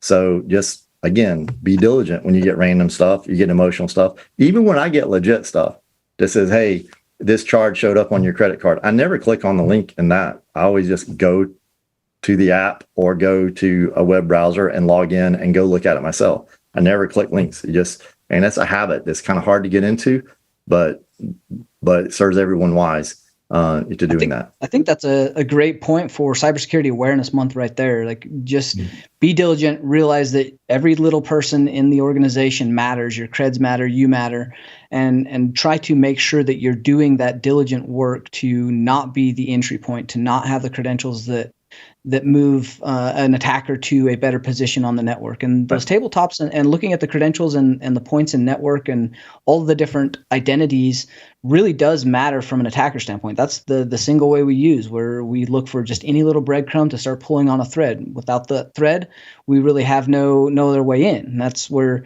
you get into things like JWTs, tokens, cookies, all of the things that are on your device that have a meaning that you would never think about. Those are all in the back end for your single sign-on. Those are all within inside the browser, inside your password manager. All those little bits and pieces are something that can lead to an organization's downfall. And I think actually Katie had a question for us. Sure. I actually have a question going back a little bit, but I do want to pull on this thread of Cybersecurity Awareness Month, because I've been in conversations about this separately, and we're talking about the end user and what they can do, and don't click on this, and don't download that, and if you get an alert, check on this. That's all very well and good, but there are compounding issues, right? Because in our daily lives, we get legit PDFs and attachments, we get legit links, we get things that we need to do in our daily lives, and it's really hard sometimes when you're moving quickly to differentiate. I mean, it's one thing if the email says, I need you to urgently do XYZ, signed your CEO, and you never have any contact with your CEO, right?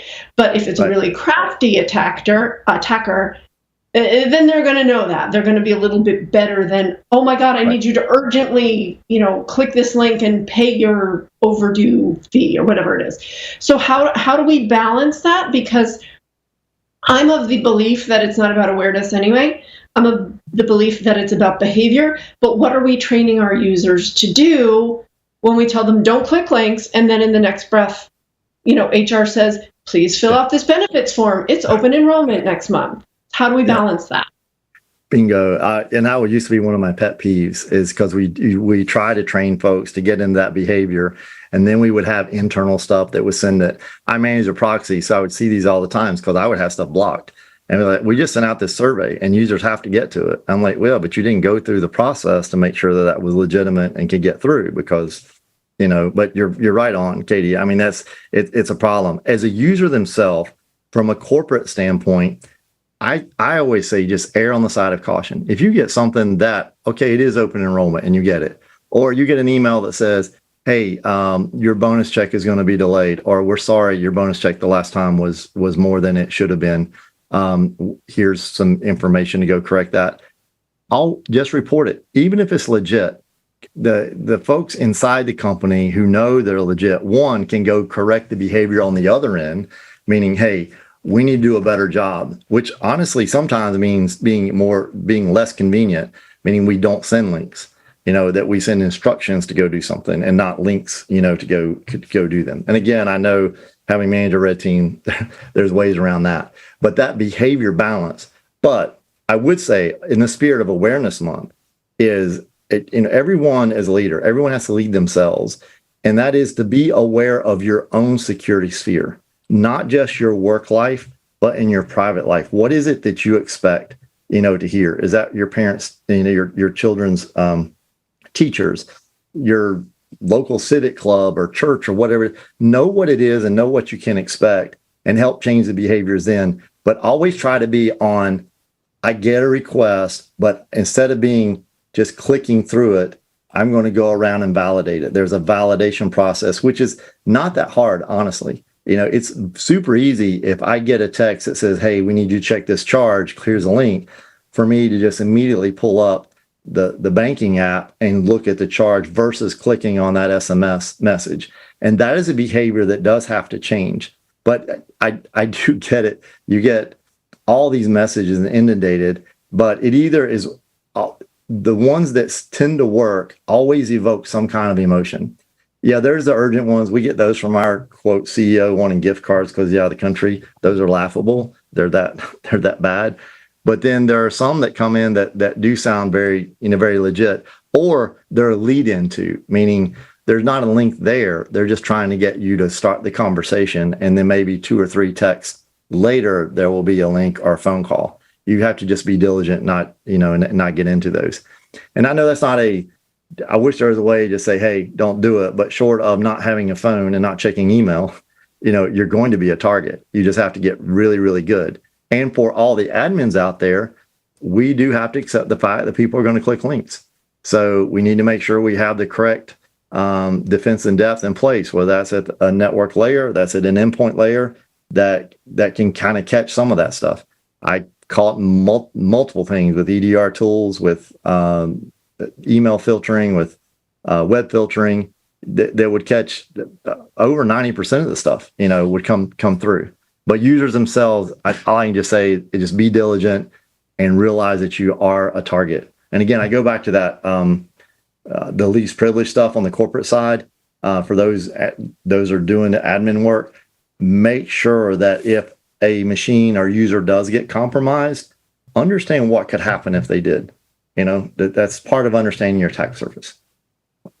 That's amazing. Yeah, that's excellent advice, and really kind of ties this cybersecurity awareness. Be diligent, know that you're a target.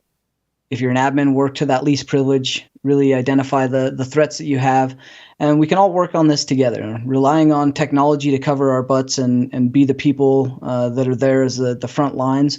Really, it's everybody's job to be there, but that means realizing that people are there and going to make mistakes. So, Tim, we really do appreciate you coming on today and joining us for Enterprise Security Weekly.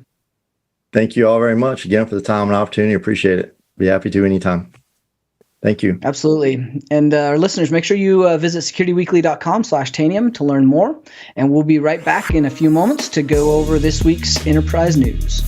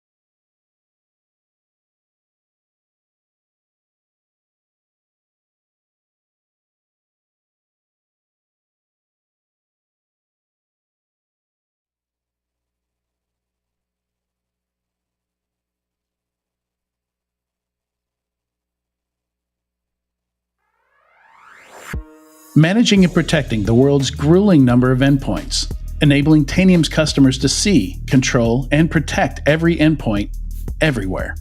Tanium's mission is to provide certainty in uncertain times with the industry's only converged endpoint management. Trusted by the U.S. military and the majority of the Fortune 100, Tanium helps manage and protect nearly 30 million endpoints. Tanium, the power of certainty. Visit securityweekly.com/Tanium to learn more. Attacks can't be prevented, but they can be stopped.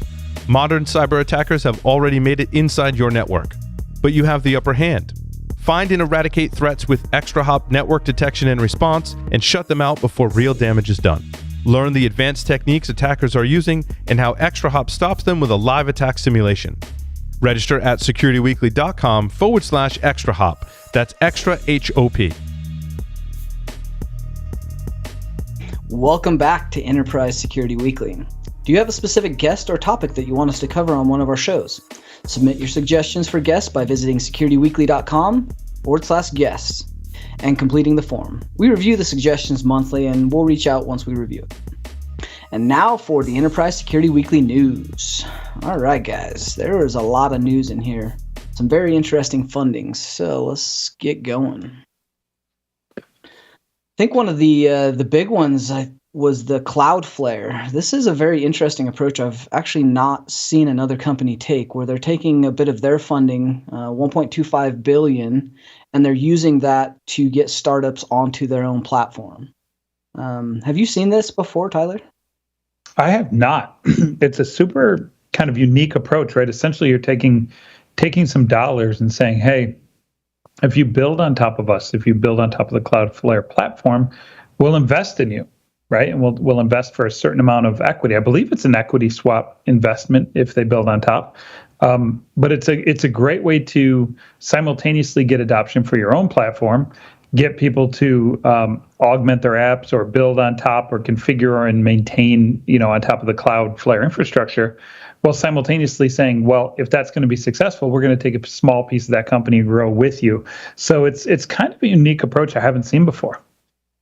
No, I do like the fact that honestly, it is a great business model. You look at AWS, Azure, Google Cloud, all of those, that subscription model that every month you have a bill that sometimes is a little larger than you're expecting, but getting people onto a specific platform and providing another redundant platform to offer other than the big three, I think is a good step in the right direction. Cloudflare is offering that kind of that serverless model where you have a lot of developers trying to get to getting a new app out there that's serverless, and adding different redundancy out there and providing financial incentive. I think it's a fantastic business idea. Yeah, and I think what's really interesting about this is I don't think Cloudflare is even putting up most of the money themselves. The money is coming from partner venture capital firms, Altimeter, Altos, Amplify, Bain, Bessemer. Like it's they had to go alphabetical order. There's so many. Lightspeed, Meritech. Most of the money is coming from those guys looking to apply capital in a way that's going to have a reasonable rate of return. And they think that, going on startups that are building on top of Cloudflare makes sense. So it's an interesting approach, and it doesn't even affect Cloudflare's bottom line. Yeah, I think it's great, and it's not really even stealing from them. There's a great quote in there. They said they wouldn't characterize it as stealing market share from anybody, but really earning that market share by doing a better product and at a more affordable rate. So I think it's they're definitely looking and gunning for those big three, but there's plenty of resource to go around, and we're only expanding into more platforms that need that serverless and getting some redundancy built across more platforms than the big three. I think is a good move anyway. Absolutely. Spreading that money around is a no-brainer. If we want to jump to number 2 on the list today, we got funding NetSpy raising $410 million in growth funding from KKR. And Adrian from Brazil, he's in Brazil for those of you that don't know where Adrian is today, asked for someone to please explain this madness to him. And I think the key thing in this particular one is that they don't ever say, and most investments announcements don't really say what percentage of the company they get for that money, right? And so getting a $410 million growth funding round, that could have been and may have been 100% buyout of NetSpy. It's impossible to really know what percentage of the company KKR, which is a private equity firm, really took in this, but I can almost guarantee it's a majority funding, well over 50%. And they're essentially doubling down in NetSpy's performance and expecting to probably, close some operational gaps, close up a little bit of inefficiencies that may exist. And find ways to take NetSpy to the next level with this massive investment.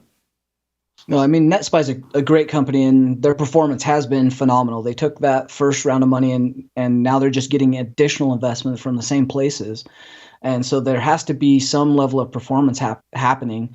So on top of the acquisition of Silent Break, that's near and dear to my heart. My cousin's over there and now at NetSpy, as well as my old team. So that acquisition was phenomenal from a experience and pen testing standpoint. But they've also built, attack surface reduction product. They've got breach and attack simulation. Yeah. They opened up their training, so they're branching out and they're filling a whole bunch of services and expanding. So, and I think in order to do that at the level and quality at which they're expecting, because of the people they have there, and maintain that talent pool, they really did need some influx of money. I didn't quite think that much money, but that's to be said. It's probably not going all to straight operational capital, right? It's probably going to some kind of secondary where many of the stockholders or original stockholders are getting paid out on this. It's a partial acquisition is most likely what it comes to. But I do appreciate your point about the breadth of product, right? I really didn't realize that NetSpy's product breadth is as big as it is, right? They do everything from pen testing as a service to attack surface management, again, to university training, NetSpy University, which is a training system, attack simulation. They're in such a great, I guess, breadth of offensive security spots that it probably is something that's near and dear to your operational heart from a day-to-day basis too, right? Yeah, their level of expertise. I mean, and the tools, like the acquisitions that they have acquired, were very strategic, from filling a gap at leveling up their pen test, leveling up, all the dark side ops training courses that were at Black Hat, DEF CON, all those were acquired and being rolled into the university. And then on top of that, their web app pen testing and attack surface monitoring platforms. Like, it's pretty crazy. They're doing good things, and it is exciting to see money flowing into places that are doing good things and being rewarded properly. Very cool. There was a couple more raises. One of the big ones that we had better talk about, Eclipsium. Eclipsium lands their 25. Why do we have to hold on, T-Rob. Why do we have to talk about Eclipsium? What's the big deal there? Who do we know there? I mean, that place is small. What? Yeah, $25 million. They don't need that. Well, I mean, maybe to afford Paul's cigar habits, and I'm sure he's demanding some expensive things over there. I heard Paul's kidding. very, very expensive. I heard he demands like a massive humidor full of like Cubans and imports and all sorts of amazing stuff, and some bottles of whiskey to go with it. I mean, he's kind of a diva.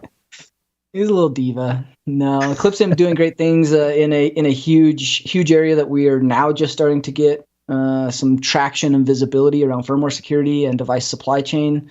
They're one of the few companies doing such big things with very ambitious goals. And Yuri and Alex over there, the founders, are phenomenal. So really good to see them get their money, get closed, and start to continue the mission of doing what they're doing. So I was very impressed to see that. T-Rob, how closely are you connected to that market? Do you know the competitors to Eclipsium? And if so, are any of them differentiated in a way, and you may not know this, and that's fine, but differentiated in a way where, or is Eclipsium differentiated in a way that kind of can really run over that space? Because I feel like not too many companies are playing where Eclipsium plays.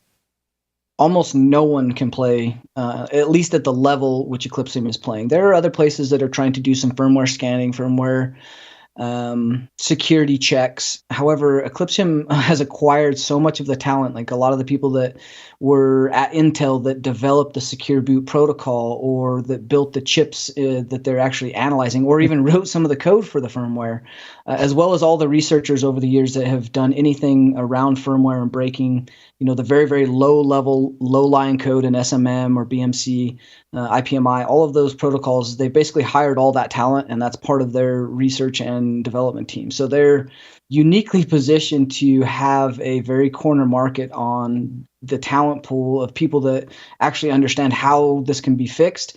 And then they've built a tool that does that integrity check so well that it it's something to be said. So I've not seen anybody competing with the level at which they're doing it. Good for them. I'm so glad Paul went over there. We're all rooting for you, Paul. Yeah, he'll get the message out somehow. There was some other fundings.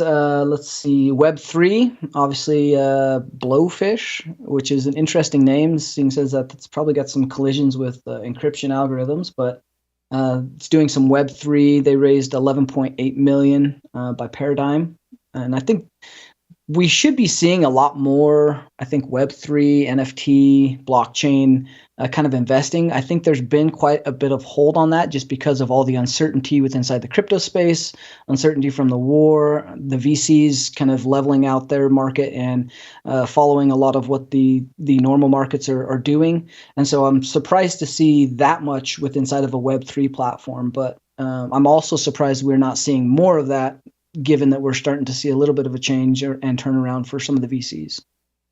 Yeah, this stuff, it's funny you bring it up in the way that you bring it up, right? VC and investment related, because I look at these things and I consider myself a relatively smart guy. Like, I understand the fundamentals of blockchain. I understand the fundamentals of how this crypto stuff works, how the chain can operate as a ledger for, authenticity and confirmation, all those kinds of things. But I just struggle to find, like, what is the fundamental security requirement that the chain doesn't have on its own? Like, and I don't know if it's Blowfish. I skimmed through this particular article, and I feel like they're trying to do a bunch of things, and it's not very clear exactly what they do. But fundamentally, Tyler, can you help me understand, like, as a cybersecurity company, how would I even apply to securing a blockchain or securing a blockchain type of situation? Is it, the ability to look for auditing, the ability to look for transactions that are outside the norm? Like, what would Web3 or blockchain security really look like fundamentally?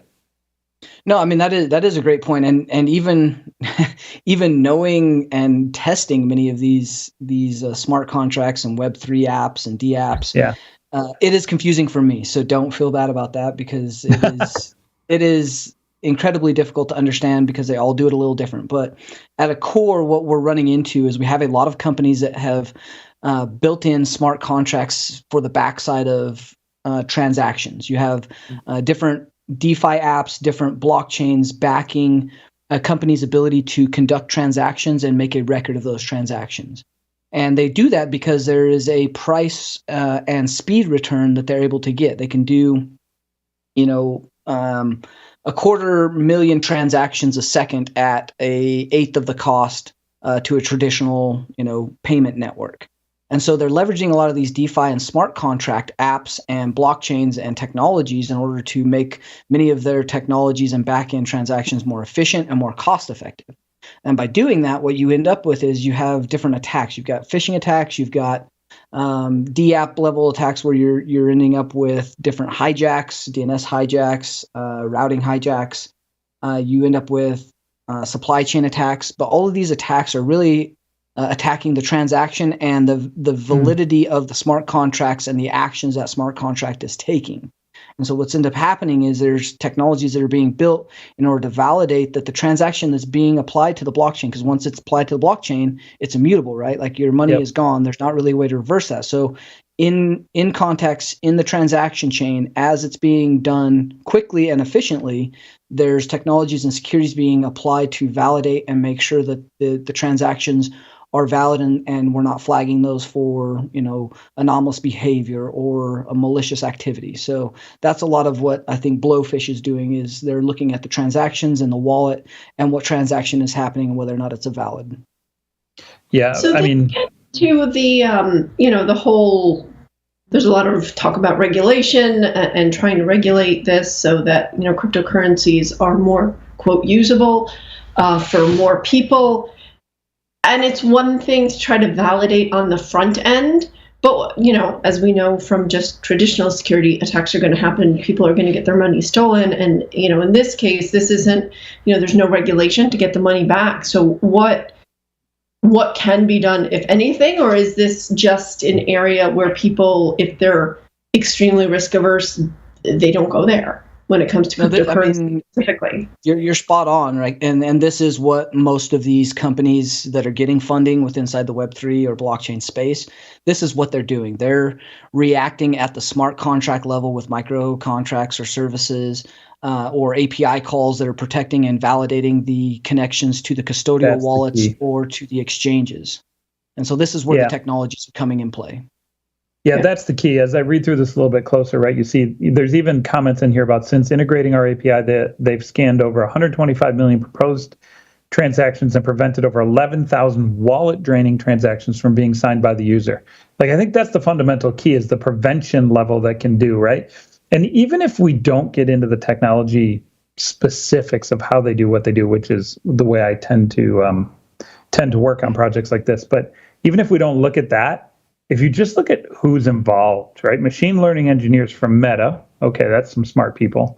ZeroX or Ox Labs, I'm not sure how to pronounce it. MakerDAO, and then most importantly, the one that caught my eye is there's some real experts at Trail of Bits. They're about as good as they get when it comes to cybersecurity consulting, research, like advanced technologies. Trail of Bits is one of the best out there, and they're involved in this as well. So I think this one's kind of interesting. And usually these Web3 things, I roll my eyes and move on, and mostly because I'm an idiot when it comes to the market, and I just don't understand it, right? But this one's really got some perspective and some potential. I mean, as you're building things with AI and machine learning to evaluate blockchain, because you're talking about large amounts of data, huge transactions, you're looking at the right companies and the right blend of technology and people in order to get this right. The model's proper. You've got a lot of people that know the machine learning models that need to be applied. They understand very large data sets. They understand what can go wrong in those very large data sets. So it is good to see. And again, as much as I was rolling my eyes the same way, and like some of this is really hard to digest just because it is so complex and so deep. It is something that is fundamental, because we are at a point where most major companies have smart contracts backing all kinds of stuff that we rely on day to day. We just don't know it. And so, our day-to-day involvement will probably not get too much further than what we're already doing. But what we have to do to secure that and our interactions with different companies is going to change if you are running enterprise-level networks and you have applications that need to communicate and do transactions of any sort to large corporations, because they are, they're already there. They're already using Web3. They're already adopting blockchain technologies to back a lot of their stuff.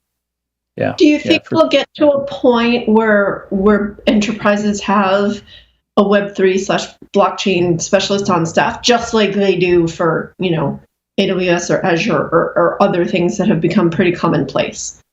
Almost all places have at least a block division or blockchain division right now. Like if you're in the financial sector, you've got 2 or 3 people, if not more, that are looking at your smart contracts, looking at the Web3 development. You've got developers that are Web3 specific. Most of the major corporations have been there for a couple of years, and it's only going to continue. So yeah, we're going to start to see that as more of a norm inside of many of the companies that you would see regular job postings for development. That Web3 is going to be there from a security engineer standpoint for a lot of places, and AI and ML as well. So. Speaking of AI powered, we've got 6 Clicks raises $10 million for AI powered GRC platform as our next article. So I mean, great we transition. are seeing that. Well done. Yeah, that money and funding is only going to continue for things like AI and ML. Like as much as those are buzzwords, many of the places it has to come to fruition where we're leveraging machines and code more efficiently. And the places that know data science and understand the math behind it and why these things actually work and apply, they are making it work in their favor. Now, I will say there's a lot of smoke and mirrors within vendor space. There's a lot of smoke and mirrors in marketing. But there are a lot of initiatives that are leveraging good machine learning models. They're evaluating, and they have good people on staff to evaluate that. I think we're going to see a lot of companies come out of this where companies aren't going to build their own AI or ML models or secure them. They're going to build in a platform or a library or bolt on an integration that allows them to leverage an AI or ML model for what they're doing. Yeah. Yeah. It's The transition to cloud was a massive shift, right? When we transitioned to mostly cloud-based systems going forward, and we're not done with that transition. We're maybe 20-30% of the way through. But as an investor, you need to be looking at the opening salvo of that transition, right? You want to be on the front end of that wave. And it's interesting because I've been hearing ML AI for probably 8-10 years, and it's just never gotten there. It never took hold. It never became the right way to do things. But I do think that's a timing thing. I don't think it's a fact that ML or AI is not the right way to do things. I think it's a timing thing, and we needed those systems to mature because they're so difficult to get right. And so what happened early on in the market was a lot of these ML-based or AI-based systems would be rolled out, wrapped in smoke and mirrors, exactly like you said, and presented as successful, and they were mediocre or moderate or barely were better than a human capability. I think we will get, and I think we're starting to turn the corner on this, that the next investment wave will be behind AI and ML when it comes to cybersecurity. The question is, what positions or what sections of cybersecurity get targeted first for that transition to kind of eliminate the human requirement and automate the day-to-day? Yep. And there's going to be security implications. There's going to have to be evaluation of those models, of the attacks that are leveraging those models, the API endpoints, and the ability to pollute different parts of that. So there's a whole security aspect to this, and there's very few people actually looking at the security side and getting up to speed, because it's a lot of math. It's very difficult to kind of wrap your mind around and understand the whole picture without getting so far in the weeds that you're diving down rabbit holes that take a long time to learn. So math is hard, right, Katie? Math is hard, and I think actually I certainly didn't take math beyond when I had to in high school, but I think when most people say machine learning, they mean advanced math, and I think when most people say AI, they actually mean machine learning. I think there's actually very little AI going on. I think there's a lot of research. I think there's a lot of funding. I think there's a lot of doing in the AI space. But I think when it comes to actual what's in the market, what's available, what are people using, what's coming down the pike in the next year or 3, I don't think they mean AI. You know, what's that movie? I don't think you mean what you said, or it's like The Princess Bride or something. Princess Bride. I don't think that. Yeah, I don't think you know what you're saying when you say AI, because I think really most of what's being said when people throw around the AI term is advanced math. And I'm not saying those people aren't amazing and smart. They can do things that I can never ever do. But it's not AI. The place, you know what, Katie, though AI, I think you're 100% right with the comment, right? That AI and ML is immature and not baked, and marketers like me have wrapped themselves around the terms and presented it as if it's the panacea to cybersecurity functionality. And I think you're right. But I think the question is, when do those systems and when do those models become effective enough to say, yeah, this is real now? And that's the fundamental question. I think that is right. I think that is today, honestly. Like, I think we're close to it as well. I agree with you. Yeah, the places that are doing good AI and the places that have the neural networks that have been investing in the models and have things that almost look like sentient beings and are leveraging those models to do very, very interesting research and very interesting large data set correlation and analysis, they're doing it very well. And those models are getting to the maturity state that some of the models are getting a little scary. Same with ML. The places that are actually leveraging good ML model sets and they know what they're doing from the math side of this and doing the good stuff, they are doing and using ML in a capability that we are getting to the place where it is very difficult for things to slip by the computers. So I agree with you. But what I'm going to say is that those companies are so few and far between right now. They are on the cutting edge. There are so few of them that are actually doing what you're saying, and those companies are incredibly exciting. But I think the majority of the time when people say AI, they mean really advanced math. Yeah. I would say that some of the smaller ones, yes. The places like Meta, like NVIDIA, Facebook, Google, general Avionics, a lot of the larger companies that have the engineers and the math behind the models that they're using, like they're very large companies, very well funded, and they're putting it into consumer grade product, which that's the terrifying part, is the big places have the ability to test and use this on stuff currently happening. And that's when it starts to get interesting from other places that now can adapt and buy those models or buy the technology from them. Yeah, I equate this to, I'm a chess player and I play on chess.com, and there's this big controversy right now about these two grandmasters that are playing, and one of them is being accused of cheating.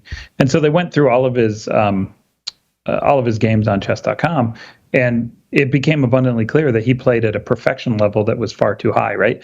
And I think the reality is here, you can almost equate that to the breakthrough moment in cybersecurity where AI/ML, and again, I'm merging those terms because I'm not a pro in that area, becomes valid, right? And you can equate that to the chess scene where it's like, okay, we're at the point now where one grandmaster is crushing another grandmaster by cheating with these ML-backed systems that are super complex and super smart.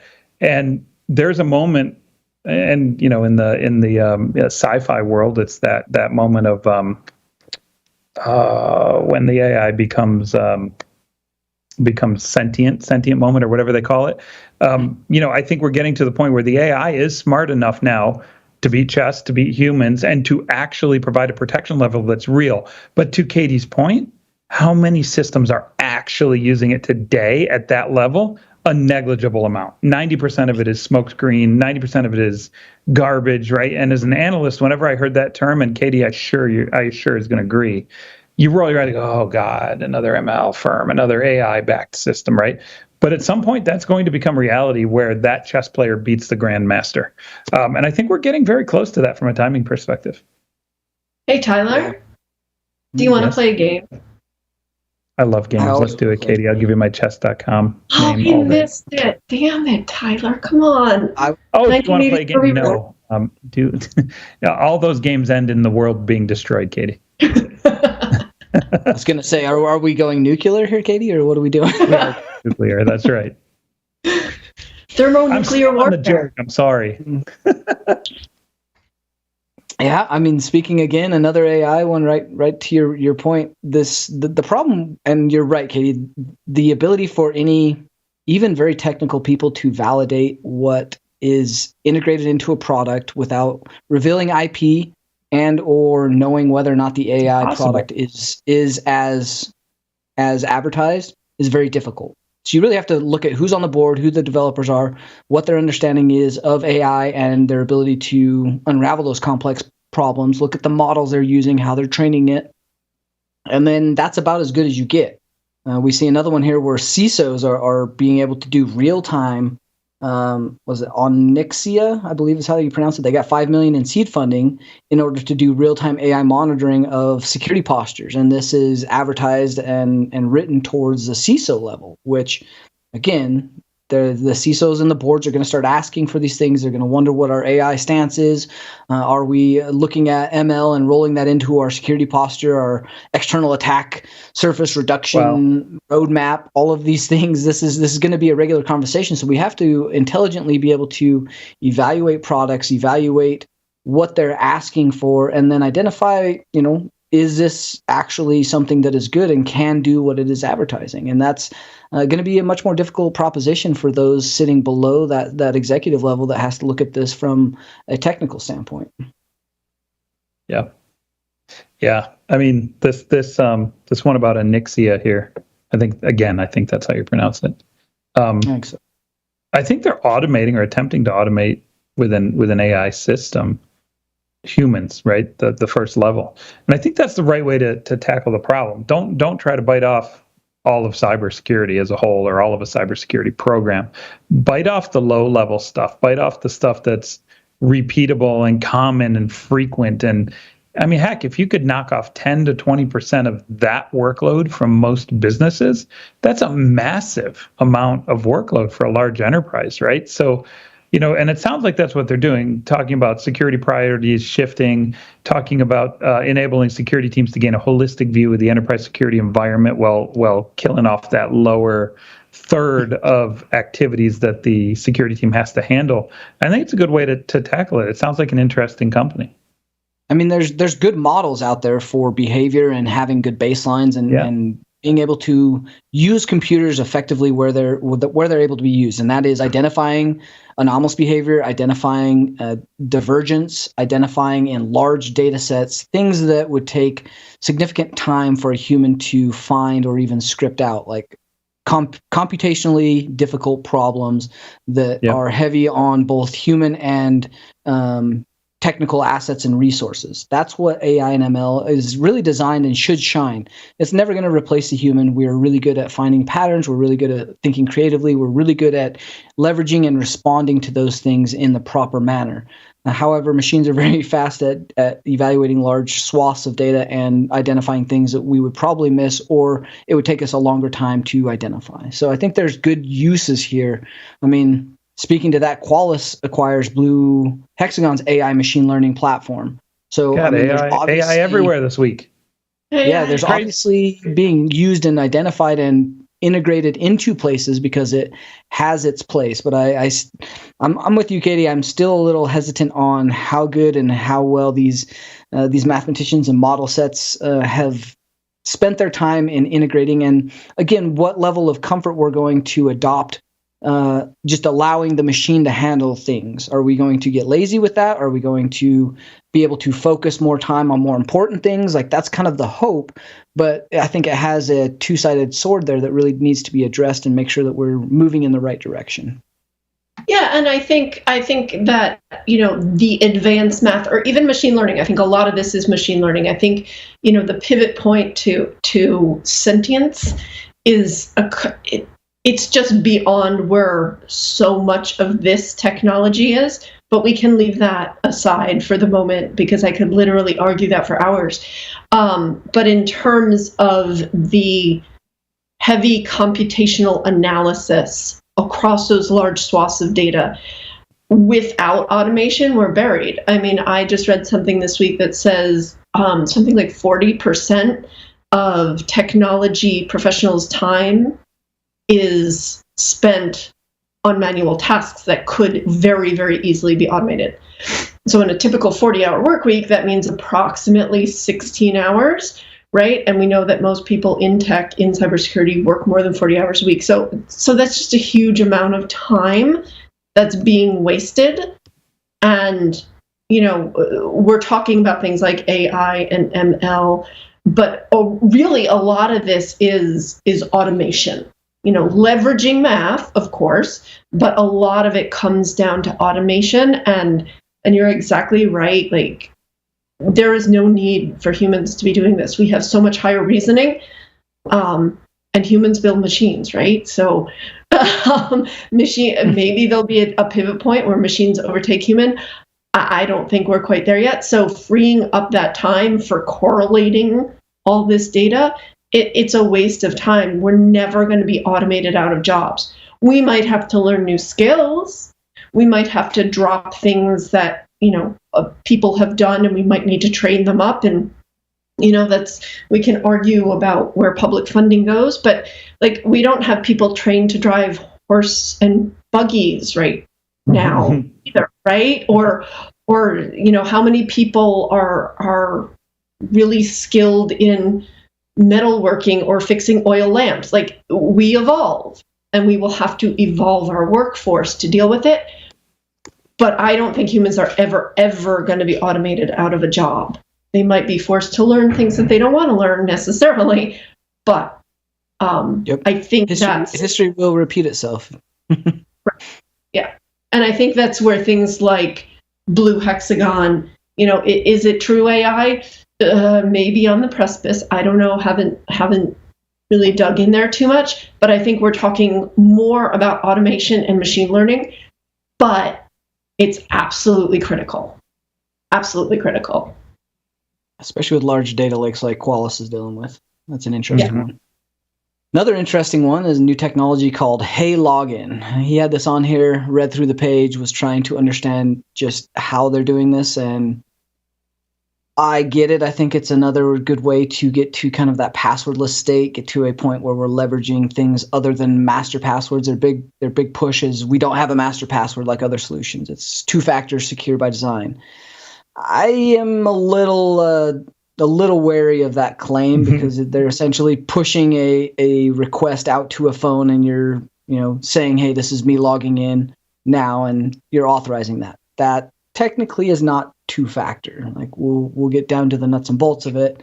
And we've already talked about today issues with phones and having phones for authorization devices. So, I think it's a great step in the right direction. I would like to kind of play with it, see what they're doing differently. They've got some good crypto algorithms in there that looks like they're trying to think a little differently about passwords, making it work with just about everything. I'm a little hesitant about leveraging my phone as the source for a password right this second without another factor being involved. So great idea, interesting product to go check out and look at for yourself. Yeah. But I'm not as convinced as I'm not convinced either. They have a total of, according to Crunchbase, they have a total of 1.9 million euros in funding, which is next to nothing across 5 investors, probably all angels, and 1 to 10 employees. Look, man, if you do it, great. If you're doing it in a secure way, that's wonderful. I think it needs to be validated, vetted by pros like T-Rob for sure. And quite frankly, pick a better company name. I think it's a stupid company name, but that's just me being grumpy old man.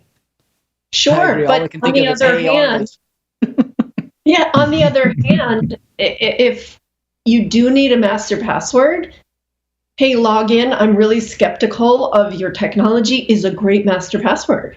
Yeah, that would work well, Katie.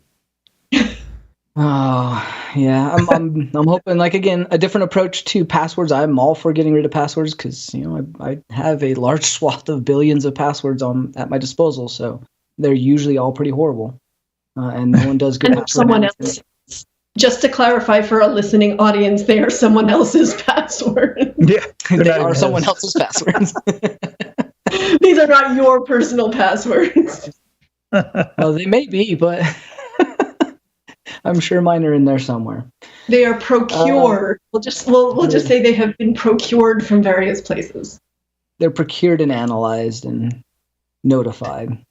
There's a couple other tools to look at. Some, in fact, 2 different tools around adversary emulation and simulation. Those 2 words being interchangeable and not being the same thing, but that's for another day.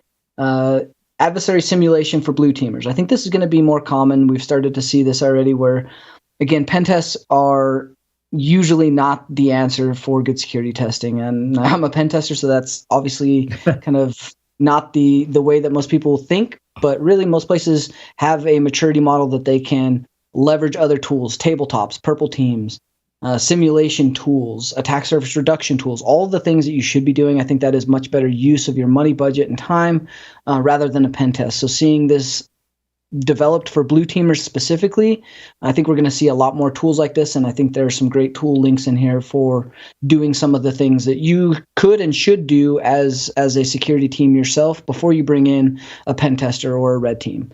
If you're at the point where you're ready for a red team, then you've done all the diligence, and I better not find any exploitable things, and it better be a pretty good challenge for me because I'm pretty expensive otherwise. So he is very expensive. At least that's what I've heard. At least that's what I've been told. T-Rob's super expensive. Yeah. Oh, yeah. I'm sure.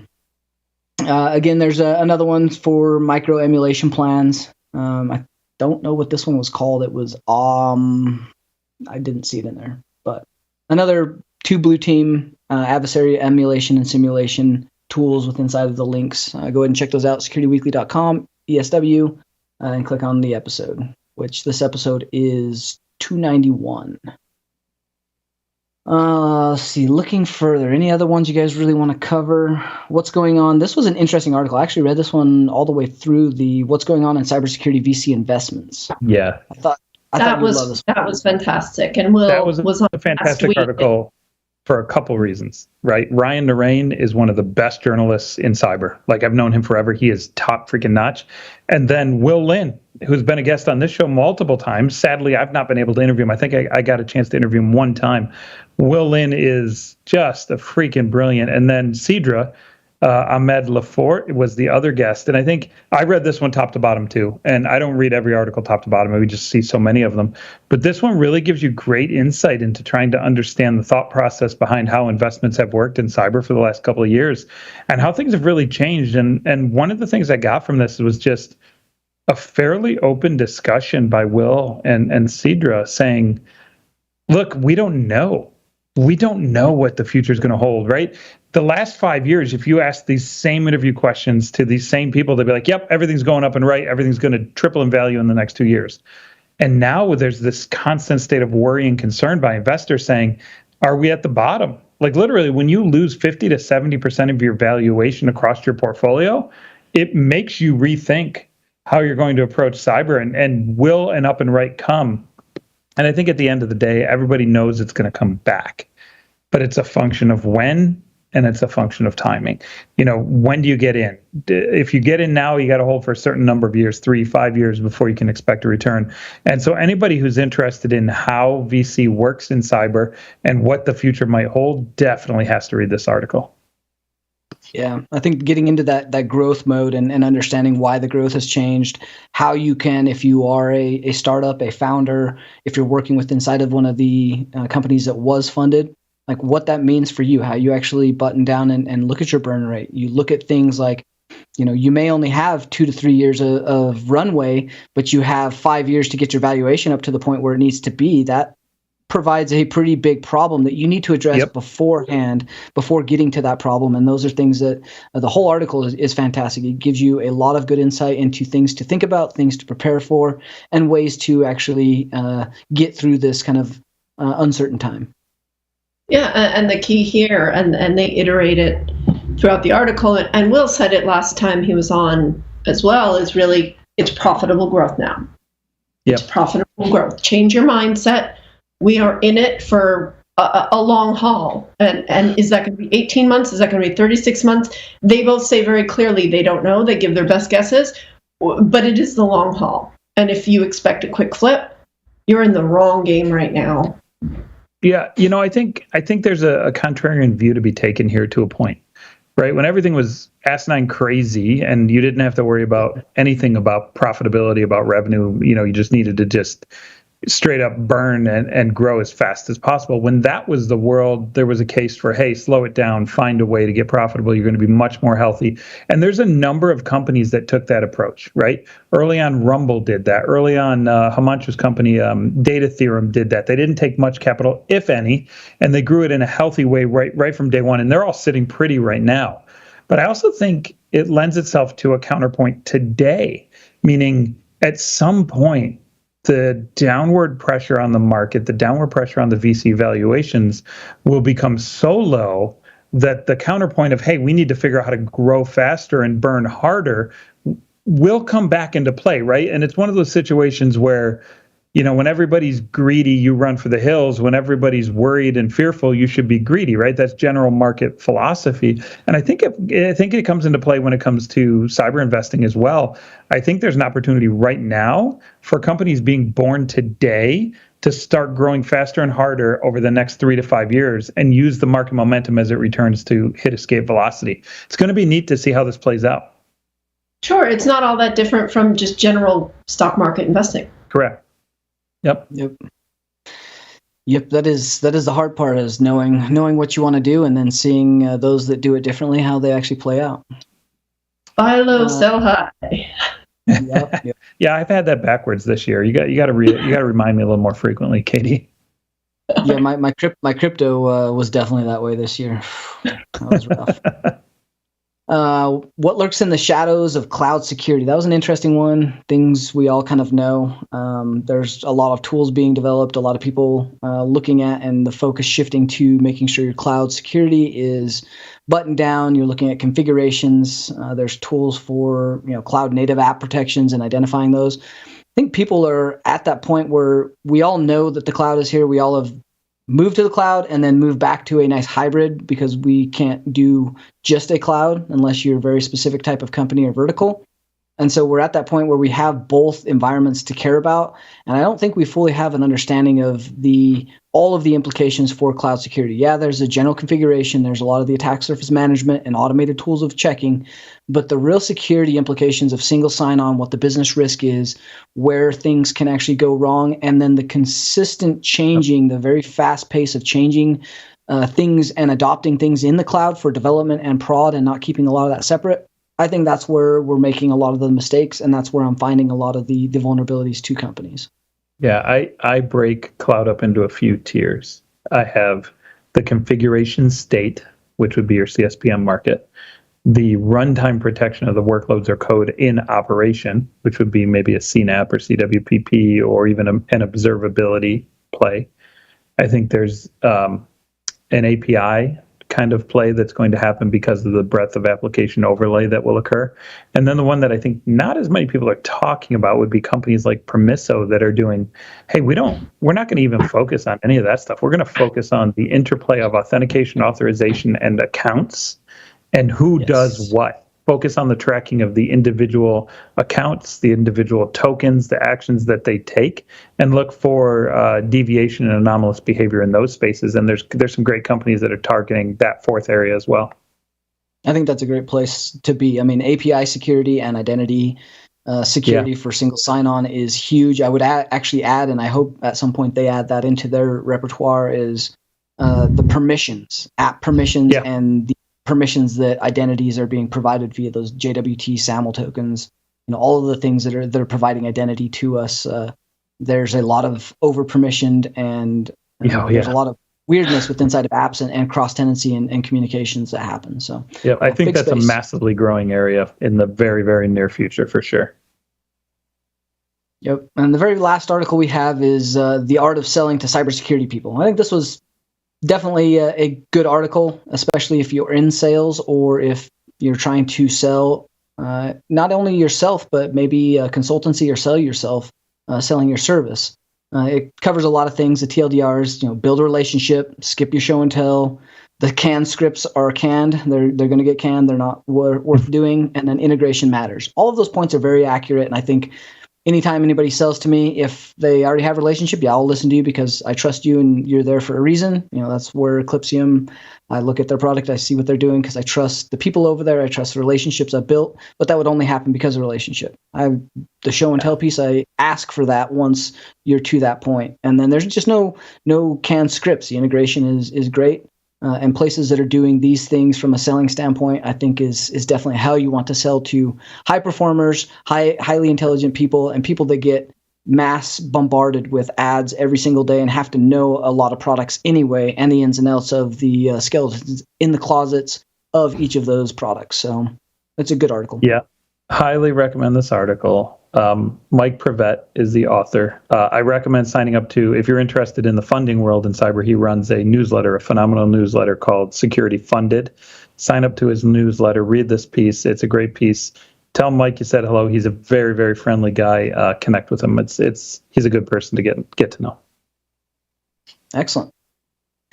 Well, with that, thank you, Tyler and Katie. Appreciate you guys joining me today and helping me get this show done while Adrian's gone. Adrian, we miss you. You're the best. Your illustrious hair is definitely better than mine. But hey, we held down the fort. And big thanks to everybody listening this week for Enterprise Security Weekly. Have a good week.